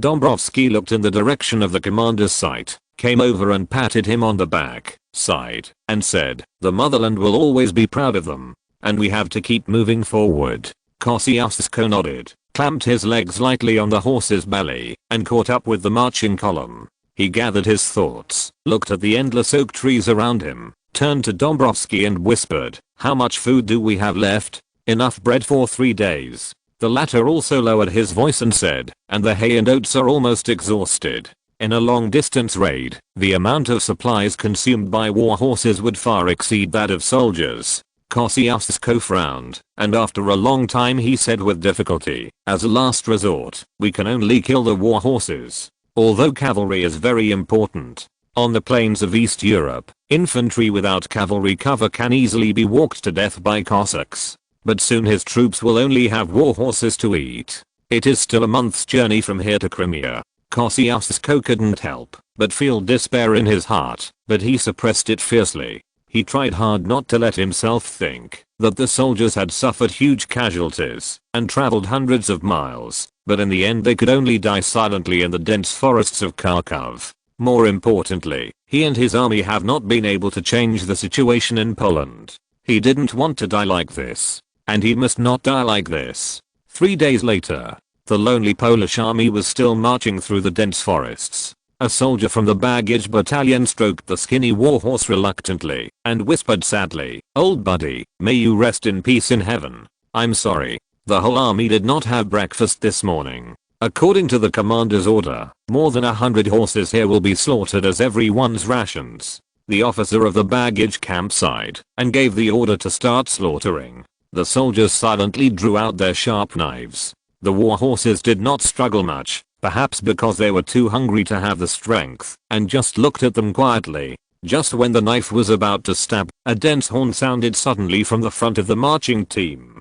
That was the warning signal that the reconnaissance cavalry had discovered the enemy. Kosciuszko immediately ordered a formation, and he drove his horse to a relatively open high ground. Looking south with a telescope, he saw a team of carriages and horses reflected in the sunlight near the east bank of the Sem River, which was a little dazzling. And the clothes on the coachman seemed to be Ottomans. Chapter 721 Kosciuszko's counterattack. Soon, several Ottomans were brought to Kosciuszko. To be precise, they approached on their own initiative. After seeing the Polish flag of the eagle and knight, the leading Ottoman saluted the Polish commander and said in French, "I think the person in front of me should be the respected General Kosciuszko, right?" The latter guessed a possibility and hurriedly bowed in return, also saying in French, "It's me. May I ask who you are?" "Kavanciosa." the Ottoman said, looking at the Polish army that stretched to the end of the field of vision again, and exhaled. "You are here at last. We are the Crimean Resistance Army, and we have brought you food and medicine." Kosciuszko was so ecstatic that his hands began to tremble slightly. His Royal Highness the Crown Prince really kept his promise. When he was about to fall into despair, he miraculously sent supplies to the heart of Russia. His army will not disappear silently in this dense forest. He has brought hope to everyone. Thank you, His Royal Highness the Crown Prince. May God bless him. He subconsciously wanted to make the sign of the cross on his chest, but then he remembered the religious belief of the person in front of him, so he had to put his hand on his chest and said excitedly, "That's great. It's hard for you to deliver supplies to such a remote place, Mr. Oza. Thank you so much." He glanced at the convoy behind Oza. Although 6 or 7 carriages should not be able to carry much stuff, at least the soldiers can eat half full today. "Is it on those cars?" he asked anxiously. Oza shook his head. "The cars are loaded with wood, General. It's used to deal with Russian inspections." Kosciuszko was stunned. "Didn't you say that there were food and medicine?" The Ottoman used a knife to open the corner of his clothes, pulled out a piece of paper from it, and handed it to him. "Everything is here." Kosciuszko unfolded the paper and found that it was a map of southwestern Russia with more than a dozen red and blue dots drawn on it. "What is this?" "The red dots are villages where you can get supplies," Oza said, "and the blue ones are secret warehouses we have prepared. Things like ammunition and tents cannot be transported to the heart of Russia. I will try to send them to you when we get to Crimea." Kosciuszko then noticed that those dots roughly coincided with his marching route to Crimea. He looked at Oza in surprise. "I thought you would command the baggage convoy to come, but I didn't expect." The latter waved his hand. "The logistical supplies for tens of thousands of troops require hundreds of carts to transport. The Russians are not fools. So many things will be blocked by them before they can be shipped out of Kherson." He gestured to the map. "This is the idea of that French friend. He asked us to start a few months ago, in the name of food trafficking, to transport the supplies provided by His Majesty the Sultan to the north in batches, and to build temporary warehouses along the way for storage. You know, there are many people doing grain business, and the Russians won't notice it at all. And from Kharkov to Yekaterinoslav, there are few people, so there is no need to worry about the warehouses being discovered. When your army arrives, you can take the supplies as you go."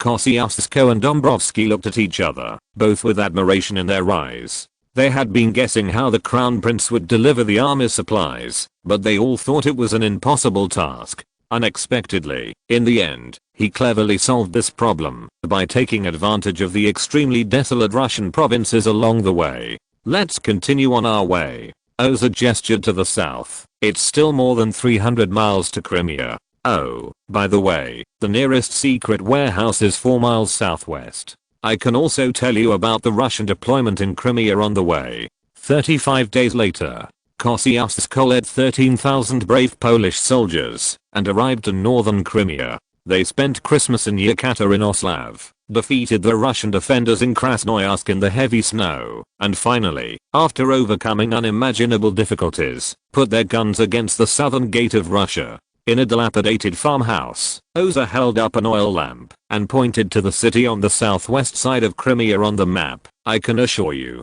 General, there are only 1,300 Russian soldiers stationed in Bakhchisaray, and their morale is low. As long as you launch an attack, you can capture it in 1 day, and our people can cooperate in the city. Maybe it won't take a day." Since Crimea was occupied by Russia, the Ottomans who lived here before have organized several resistance forces, and Oza joined the largest of them. They have more than 200 armed personnel in the city of Bakhchisaray, but they hope every day that someone can give the Russians a little hardship. However, Kosciuszko smiled and shook his head. "If we lose Bakhchisaray, the Russians will become more patient and slowly organize a siege on us. But if the defenders of Bakhchisaray keep sending people for help, the Russian army will definitely come to reinforce as quickly as possible. We will have more chances. So, we have to give the Russians a little hope." 3 days later, the 3rd Royal Division of Poland launched an attack on Bakhchisaray. After the Kursk fortress was breached, The Russians had already determined the strategic intentions of the Poles, but due to the remote location of Crimea, there was no reinforcement force to be drawn from nearby. The Russian soldiers in the city were panicked and once planned to open the city and surrender. It was not until Lieutenant Colonel Trunikov, who was in charge of the city defense, shot and killed more than a dozen people in succession, that the situation was barely stabilized. However, after the battle began, something unexpected happened to the Russian army. The Polish army, which seemed to be a sea of people, projected firepower that was not much stronger than the 1,300 Russian troops in the city. Trunikov put down the telescope, excitedly pulled over a staff officer and said, "It must be that the damn Poles are out of ammunition." The staff officer nodded and said, "Yes, sir, they have fought fiercely in Bryansk and Kursk, and they must not have been fully supplied." Trunikov shouted excitedly, "Send more signalmen, quickly. As long as the reinforcement arrive, we will definitely be able to hold this place." As he said, in the next 10 days or so, the defenders of Bakhchisaray and the Polish army fought back and forth, and Trunikov even led the cavalry to attack several times, and achieved some results, until 4,000 Russian troops who hurriedly came from Moldavia, which is the western border of Russia and Turkey, were ambushed in the south of hers. Kosciuszko led 8,000 soldiers, and defeated the reinforcement in one afternoon, capturing thousands of Russians. Afterwards, another 2,000 Russian troops from Tsaritsyn were wiped out by Kosciuszko when they were about to enter Bakhchisaray. When the news came back to St. Petersburg, the whole of Russia was shocked. If you're listening to this novel on a channel other than Fanfic World, it means they downloaded and uploaded it without effort. We cordially invite you to visit our channel, Mundo Fanfic Novelos. There you'll find the original version of this story and you can explore many other novels of various genres. We're waiting for you to immerse yourself in a world of incredible novels. Chapter 722, Defending the Motherland with Life. Catherine II took a deep breath, looked at the officers standing around, and said calmly, "So, which army is closest to Crimea?" Zubov said without hesitation, "Moz's Morkov army." Everyone instantly cast a knife-like look at him. Marshal Renan interrupted him and said, "Your Majesty, the Saratov army turned south a week ago, and may reach Crimea in a month and a half." The Tsar glanced at him, and his voice began to become cold. 1.5 months. Very good. Then tell me, can Bakhchisaray hold out for a month and a half? Renan lowered his head and remained silent. He knew that the Polish army in Crimea could even take down the Kursk fortress. Even if there was a lack of supplies at the moment, Bakhchisaray would never be able to stop them for so long.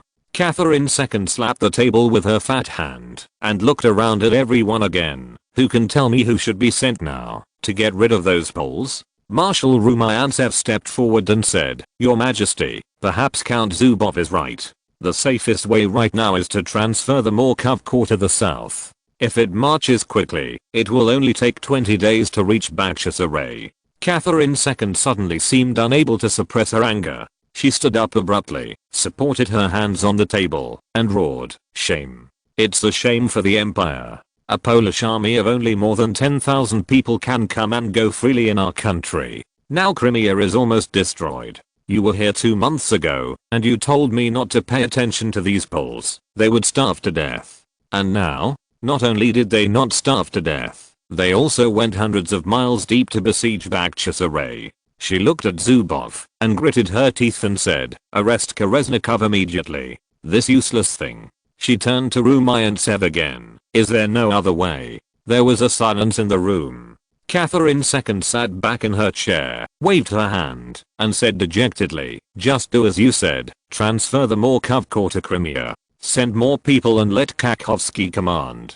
Don't let me hear any bad news again." "Yes, Your Majesty." Kakhovsky and Rumyantsev stood at attention at the same time and looked at each other helplessly. They knew that, in order to ensure safety, at least 30,000 soldiers had to be transferred from the Morkov Corps to the south. In this way, there were less than 40,000 Russian troops left in the direction of Moscow, and the Polish army opposite them had nearly 50,000. Not to mention letting the Russian army continue to advance, the Poles may even organize a counterattack after they have an advantage in manpower. The original Polish strategy of a quick victory is obviously no longer feasible. and with the current financial situation of the empire, it is likely that it will not be able to support a protracted national war. What will be the final outcome of the Russo-Polish War has become unpredictable. 25 days later. Crimea. Polish Expeditionary Force Command Post. Kosciuszko flipped through the organization report in his hand and said to the staff officer, "Let's give these 300 people to Svyhesik. Many of them have participated in the Russo-Turkish War and should be able to play a role." Yes, during the time when he surrounded Bakhchisaray, local Ottomans came one after another to ask to join his army. The total number exceeded 600. This was the result of Kosciuszko's careful selection. Otherwise the Ottoman army could have gathered thousands of people. At this moment, Dąbrowski pushed the door open, looked at the commander-in-chief with a serious expression, and said only one word, "Here we come." Kosciuszko nodded. "A few days later than I expected. How many people are there?" "Nearly 30,000.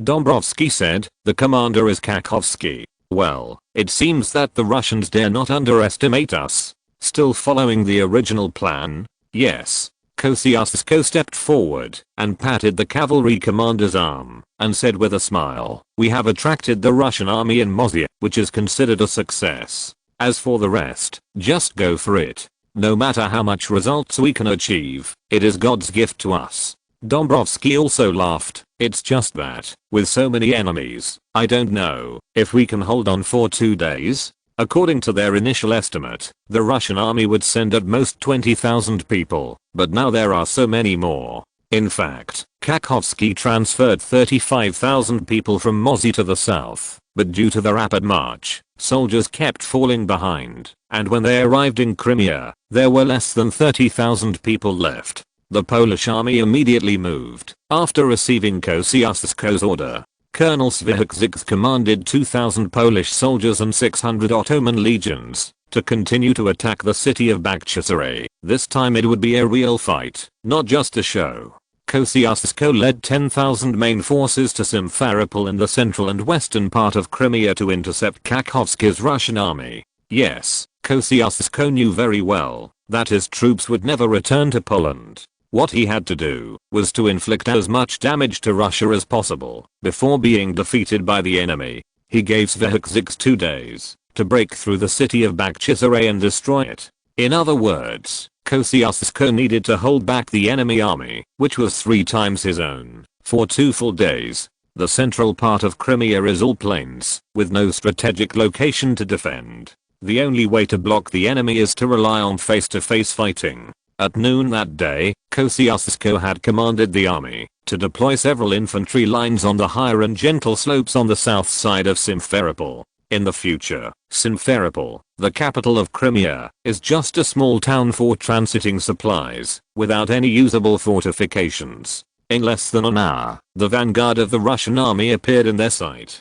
Kosciuszko rode past the soldiers on horseback, without making any impassioned speeches, but raised his sword and shouted loudly, "With our lives, we will defend the motherland." All the Polish soldiers immediately straightened their chests and shouted loudly, "With our lives, we will defend the motherland. Defend the motherland with our lives." From the moment they left Poland, none of them had any intention of returning alive. This sentence had actually been engraved in everyone's heart for a long time. Now, it was just a matter of putting it into practice. Everything was so natural, yet it burned in the chest like a flame. At 3 o'clock in the afternoon, Kakhovsky took the lead in launching the attack. Since the Russian army had come in a hurry, they did not have more artillery than the Poles. So after a simple exchange of fire, the Russians launched a frontal assault. At the same time, relying on his huge advantage in manpower, Kakhovsky also divided out 7 infantry regiments to encircle the Polish army from both wings.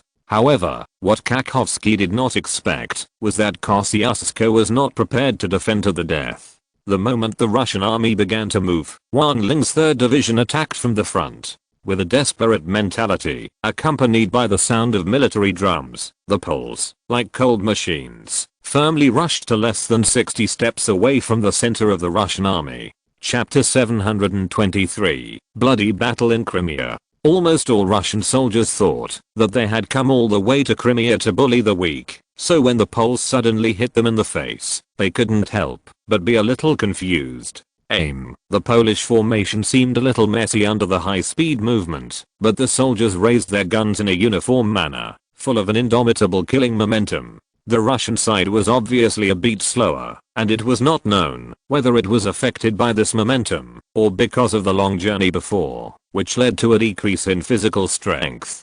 Shoot, the Polish officer stared with bloodshot eyes and gave orders loudly. For the motherland. Nearly 5,000 Polish infantrymen burst into thunderous roars at the same time, pulling the trigger at the same time, venting the hatred and anger in their hearts with flintlock rifles to the Russians opposite. The dense bullets swept through the Russian positions like a rainstorm, bringing up large pieces of meat and blood, and screams suddenly rang out. Reload. The Polish officer's orders rang again. The Russians took more than 10 seconds to react from the panic, and began to raise their guns to fight back. Due to the huge numerical advantage, Kachowski's central army had more than 8,000 people. The volleys seemed sparse, but still caused hundreds of Polish soldiers to fall in a pool of blood. But the Poles seemed to not see the casualties of their comrades at all, and even did not wipe the blood splashed on their faces, but just silently completed the reloading actions one by one. They did not have any sad emotions, because they were ready to accompany their fallen comrades later. 7 steps forward. Aim. When the Poles raised their flintlocks again in unison, the Russian soldiers could not help but feel a surge of fear in their hearts. Under the sunlight, they could see the expressions of those Poles, cold and resolute, and they were completely ready to risk their lives. Fire for the motherland. With the shouts that resounded through the battlefield, flames burst out, smoke filled the air, and thousands of lead bullets instantly drilled into the Russian army. Dozens of Russian soldiers wailed and fell down, as if they could not bear the huge pressure from the Poles, and some began to retreat. Yes, just 2 rounds of volleys made the Russian Central Army waver. At this moment, more than 400 Polish winged cavalrymen dressed in red uniforms, and with majestic wings on their backs, appeared on the east side of the battlefield. Behind them, there were 300 ordinary rangers, but at this time they also raised their sabers, and their momentum was no less than that of the winged cavalry. Dabrowski personally rushed to the front, pointed his saber at the left wing of the Russian army, and shouted loudly, "Keep the formation. Charge." The cavalrymen immediately shouted excitedly, "Charge. Let the Russians know how powerful we are. Aha, here we come." Dabrowski took advantage of the fact that the Russian flank had not yet completed the encirclement, and directly inserted from the gap inside the enemy. Although this behavior was extremely risky, the encircled Russian infantry might block their retreat. If they could complete the penetration of the Russian center, it would be possible to directly defeat the Kachowski corps. As a famous veteran of the Russian army, Kachowski was also shocked when he saw the desperate Polish cavalry through the telescope. He immediately ordered the 2 Cossack cavalry battalions on standby behind the infantry to stop the Polish cavalry. After thinking about it, he still felt uneasy, so he drew an infantry regiment from the reserve army to fill the possible gap in the central infantry line. More than 10 minutes later, nearly 2,000 Cossack cavalry went around the left wing of the central army, hastily arranged the formation, and rushed towards the Polish cavalry on the opposite side. Dabrowski immediately heard the rumbling of horse hooves a mile away. He showed no fear at all. He signaled the soldiers to slow down and adjust to the arrowhead formation. Then he pointed his saber at the dust in front of him and roared, "The motherland is watching us. Follow me to defeat the enemy." Hundreds of cavalrymen instantly burst into thunderous shouts, "For the motherland.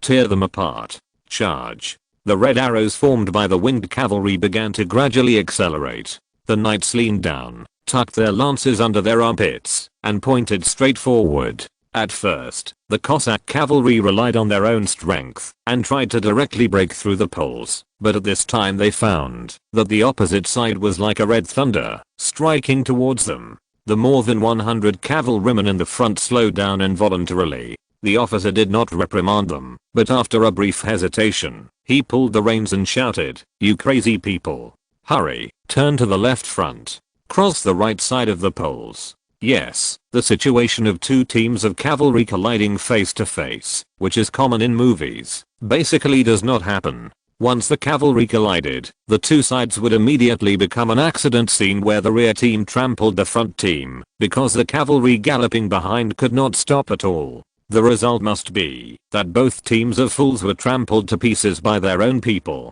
Therefore, when the cavalry confronted head-on, the two sides would choose to stagger and kill each other. Of course, the side with weak willpower would usually turn first, which would expose their waist and abdomen to the opponent. But this time, the Polish cavalry seemed to have no intention of turning at all, and directly pulled the speed to the highest level and smashed straight at the Cossacks. It was not until the two sides were only 60 or 70 steps apart that Dabrowski turned his horse's head slightly and galloped past the right side of the Cossack cavalry. As the best elite of Poland, the winged cavalry almost never missed when they stabbed with their lances. You know, lances are much more difficult to master than sabers, but in cavalry attacks, they can also use length to gain a huge advantage. In the brief moment when the two sides staggered, hundreds of Cossack cavalry screamed and fell off their horses. The main reason was that the winged cavalry on the left could not reach the enemy, otherwise the number would at least double. Even the Polish rangers following behind took advantage of the enemy's early turn and harvested more than a dozen heads. When the two sides crossed, Dabrowski ordered to reorganize the team, turned his head to look at the Cossacks in the southeast, showed a disdainful sneer, pointed to the center of the Russian infantry, and shouted, "Follow me to shoot through them." The Cossack commander originally thought that the Polish cavalry would turn around and chase him. After running nearly 2 kilometers, he found that the enemy actually rushed straight to his own infantry. He was immediately shocked and had no time to reorganize the team, so he hurriedly ordered to turn around and rescue the infantry in the middle. However, when they completed the U-turn in a mess and had not yet run fast, they were shocked to see that the red cavalry column in the distance drew a graceful arc and galloped towards them from the left front. The Cossack commander immediately screamed in panic, "Line up. Don't be chaotic." Narrow column. However, although the Cossacks were brave, their military quality was really not very good. The situation suddenly changed. Some people rushed towards the infantry, some began to line up, and some stood there at a loss. Just a few minutes later, the red thunder struck again. Chapter 724, Siege. The importance of formation to cavalry is beyond doubt. A neat formation against a messy formation is like a father beating his son. Dabrowski led the winged cavalry like a hot knife cutting butter, cutting through the messy Cossack cavalry without any hindrance, and cutting off a large piece of the Russian cavalry. Under the threat of sharp lances, the Cossacks began to flee in panic. Seeing this, Dabrowski immediately ordered 300 rangers to chase the Cossacks with the largest number of people. Once the cavalry collapsed, even 2 dogs behind them could chase them around. He gathered the winged cavalry, pointed his saber at the infantry in the middle of the Russian army again, and shouted in a deep voice, "Shoot through them." The Russian army in the middle was exhausted under the fearless pressure of the King's 3rd Division, but relying on the advantage in numbers, the infantry line was very thick, and they were able to grit their teeth and keep shooting at the Polish army. However, the red-winged cavalry appeared. The soft wings behind them were like heavy hammers, hitting the hearts of the Russian infantry back and forth. The Russian infantry on the left wing hurriedly adjusted their formation and formed a 3-row horizontal plane facing east to resist the cavalry's charge. However, the Russian army's training level was not high to begin with, and they were extremely tired after the continuous rapid march. Even when Dabrowski rushed in front of them, the formation was still crooked. The winged cavalry put away their lances and drew their sabers. The red torrent swept past the Russian infantry on the left wing, and the sabers were like paintbrushes, painting large areas of bright red on the canvas of the battlefield. Behind the Russian army, Kakhovsky soon received the news that the Cossacks had been defeated, and his face turned pale. He was very experienced and ordered the corps that were outflanking on both wings to withdraw immediately without hesitation. At the same time, the only 2 remaining Royal Plonsk cavalry squadrons, about 300 cavalry, were sent to delay the attack of the Polish cavalry. He originally used these 2 cavalry squadrons as guards, but seeing that the Central Army was in danger, he didn't care about that. Finally, when Dombrowski rushed to the Russian defense line for the 3rd time, he caught a rare gap. More than a dozen winged cavalry quickly cut in from the gap, and the teammates behind immediately followed, tearing the Russian left wing into 2 pieces of varying sizes. The panic caused by the collapse of the flank quickly spread to the entire infantry line. The soldiers of Wang Ling's 3rd Division suddenly felt that the enemy's firepower continued to weaken and immediately stepped up their offensive and even launched a bayonet charge on a small section on the east side. Dombrowski led his team to complete the penetration of the Russian left wing. In front of them, there was only one Russian infantry regiment that hurried over, about 1,300 people. He looked at the slightly exhausted winged cavalry behind him, and then turned his head to look at the vaguely visible Russian command post on the high ground in the distance. He hesitated for a moment, and finally sighed heavily. The soldiers were running out of energy, and the horses were tired, so it was unlikely that they could break through the infantry's defense line. At this moment, the sound of a trombone was faintly heard behind him. That was the signal to retreat. Dombrowski shook his head. If he had 300 more cavalrymen, and if everyone had enough energy, perhaps the war would end today. He turned his horse's head with regret and ordered a retreat. In the Polish temporary command post, Kosciuszko was relieved to see that his troops had successfully evacuated the battlefield before the enemy withdrew. It was almost 4 p.m., and with the chaotic state of the Russian army at this time, it was impossible to launch another attack. Tomorrow, there is still one day. 2 hours later, the staff reported the casualties to Kosciuszko. His soldiers were very brave and made the enemy, who were 3 times their number, miserable, but they also paid a huge price. More than 1,300 infantrymen were killed or wounded, 97 cavalrymen were killed or wounded, and 2 cannons were lost. He only brought 3 cannons on his side. That is to say, he only has more than 8,600 soldiers available for tomorrow's battle. The casualties on the Russian side are not clear, but it is estimated that there should be at least 26,000 soldiers available. And tomorrow, Kakhovsky will definitely not split his troops to attack again, leaving him a chance. Kosciuszko frowned and looked at the map. After a while, he said to the messenger, "Order the entire army to move to the Sarjul River. The Pasbitsky battalion will be responsible for cover. The Sarjul River is just 1 mile east of Simferopol. Fortunately, the winter in Crimea is relatively warm, and it is still not frozen." While Kosciuszko was fighting with the enemy, Shverhesik also began to launch a fierce attack on Bakhchisaray. The city defense of Bakhchisaray was built by the Ottomans in the past. It looks quite gorgeous, but it is not very strong. In the early morning, the Russian army defending the city saw thousands of Polish soldiers approaching from the east. They did not care too much. The Poles had attacked with several times more troops before, and they had easily defended it. However, the Russian army soon discovered that the Polish firepower this time was not as sparse as before, but extremely fierce. More than 1,000 Polish soldiers approached the city 80 steps away in a scattered formation, and kept shooting at the Russian infantry line under the city. The Russians were soon confused by the dense firepower, and they barely stabilized the situation by relying on the cannons on the top of the city. At this time, Shverhesik personally led the artillery battalion, dragging 5 cannons to 150 steps away from the city, and then stopped. For the cannons, this was almost in the face. The Russians were shocked, and hurriedly aimed the cannons on the city towards this side.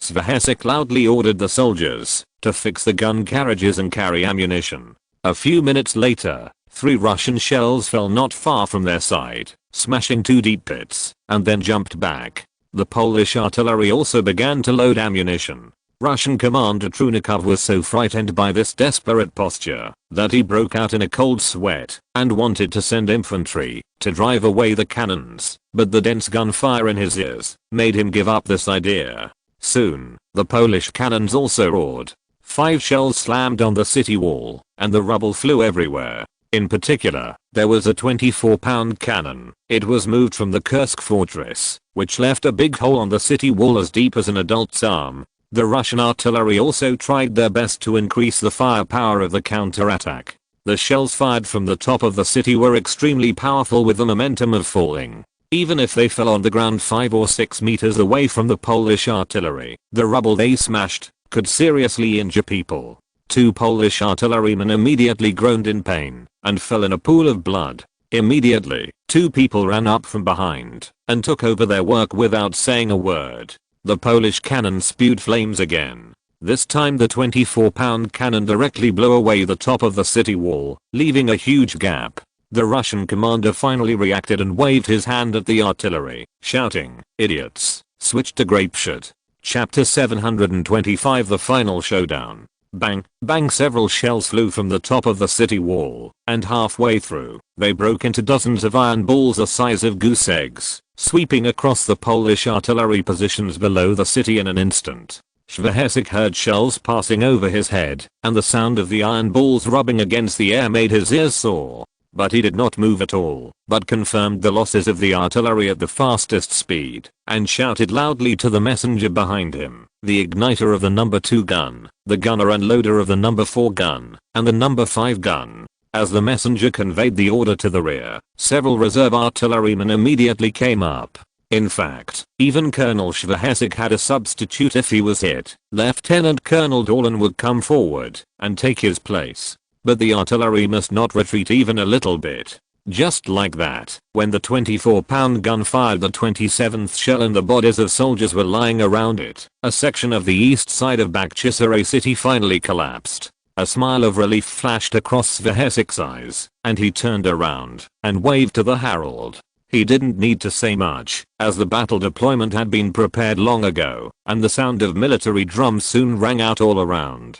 Charge! For the motherland! Kill the Russian bastards! Thousands of Polish infantrymen roared loudly, like angry beasts, rushing towards the gap in the city wall in the face of bullets and shells. Trunakov also hurriedly ordered the Russian army to rush there to defend. Both sides soon stood in front of the gap, that only allowed 4 or 5 people to pass side by side, cursing loudly and shooting at each other. But it only lasted for 3 minutes, and the Russians were pressed and began to retreat. At this moment, gunshots suddenly came from behind the Russian soldiers who were blocking the gap, and 3 or 4 Russians were shot in the back and fell to the ground. Dozens of rebels in the city shouted in Ottoman, hiding behind houses or trees, and kept shooting at them. The Russian army subconsciously turned to counterattack. More than a dozen Polish soldiers who were closest to the city immediately seized the opportunity and jumped into the gap in the city wall. Soon, the Russian artillery on the top of the city stopped firing one after another. The Polish artillerymen looked at each other and cheered, then nailed the gun door shut, pushed down the cannon, picked up the flintlock, and rushed to the gap in the city wall with shouts. At about 2 o'clock in the afternoon, Trunakov led the remaining 400 Russian soldiers and a dozen Russian officials to abandon the city and flee south. Świehezik and his brave soldiers took down Bakhchisaray in just 7.5 hours. Świehezik looked around the former capital of the Crimean Khanate and was discussing with his staff how to cause the greatest damage here in the shortest time when he suddenly saw thick black smoke rising from the north of the city. Soon, an officer reported to him that it was the Ottoman resistance organization that was slaughtering Russian nobles and setting fire to their houses.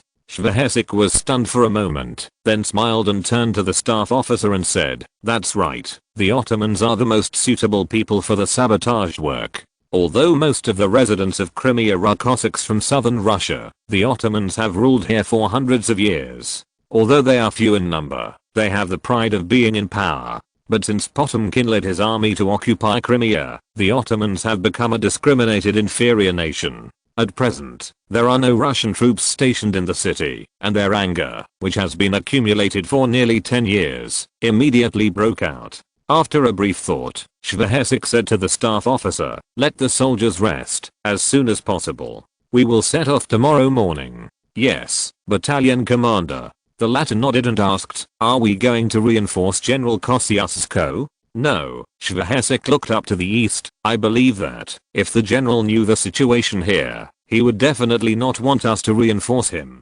Let's go to Kaffa port. Kaffa is the easternmost port in Crimea. It is responsible for the transit mission between the Sea of Azov and the Black Sea. It is the most important place in Crimea besides Bakhchisaray." The next morning, 1,700 Polish soldiers lined up in neat rows under the light of the fire in Bakhchisaray and walked eastward. Pay attention to the distance between the queues. Accompanied by the sound of the flowing water of the Sarjul River, the Polish officers made the final adjustments to the infantry line. The 2 lines were close to the west bank of the river, and the Sarjul River was less than 200 steps behind them. Kosciuszko deployed the army here not to inspire morale. By fighting with one's back to the river, the morale of the soldiers who could go deep into Russia with him was absolutely undoubted, but to prevent the Russian army from using the advantage of numbers to outflank from behind. He wanted to have a head-on confrontation with Kachowski here without any tricks. After suffering a loss yesterday, Kachowski was obviously much more cautious. The Russian army advanced slowly and cautiously, and the several corps always maintained a distance that could support each other at any time. It was not until 10:30 in the morning that they finally saw the Polish flag by the river. The 4 Russian cannons roared first. The shells passed over the heads of the Polish skirmishers in front of the battlefield and penetrated into the thin infantry lines and immediately raised a large amount of blood. But the Polish infantry lines were like birch trees in the wind, just standing straight in place. Even if the strong wind could break them, it could not make them move at all. After 20 minutes, the shelling stopped. The Russian army launched a full-line attack with 2 elite grenadier battalions as the core. With the tentative exchange of fire between the skirmishers, the 2 lines of grey and white infantry were getting closer and closer. The grey was long and thick, while the white was short and thin. Finally, when the 2 sides were about 70 steps apart, the Russian soldiers stopped under the command of the officers and aimed their guns. Shoot! The dense gunfire rang out like firecrackers, and the smoke filled the entire battlefield. More than 30 Poles on the opposite side fell down in response, but the entire infantry line remained motionless. The soldiers only frowned slightly when the smoke drifted to their faces. The Russian infantry line moved forward again, fired in volleys, and continued to move forward. Soon, the distance between the 2 sides was less than 40 steps. The Poles withstood 4 rounds of volleys, and nearly 300 soldiers were shot and killed, but they still did not move. They were enduring, waiting for the moment of revenge. The Russian commander looked at the silent Polish position nervously, raised his hand, and gave an order, forward 7 steps. When the Russian soldiers took 5 steps forward to the beat of the military drums, the Poles suddenly moved. Kosciuszko personally rode his horse behind the infantry line, raised his sword, and shouted, "Aim!" The flintlocks on the entire infantry line were raised with a swish. Shoot! The soldiers were silent and pulled the trigger. Thousands of black muzzles spewed flames almost at the same time. The opposite Russian infantry line was like being hit hard by an invisible giant, and blood and flesh flew everywhere. With just 1 volley, the Polish bullets took away more than 300 Russian soldiers, making up for the previous losses. End of this chapter. Thank you very much for reaching the end. Don't forget to like. Looking for more exclusive content and immediate access? Subscribe to our Patreon. Remember, every like, subscription, or donation encourages us to continue. Thanks to everyone. See you in the next video.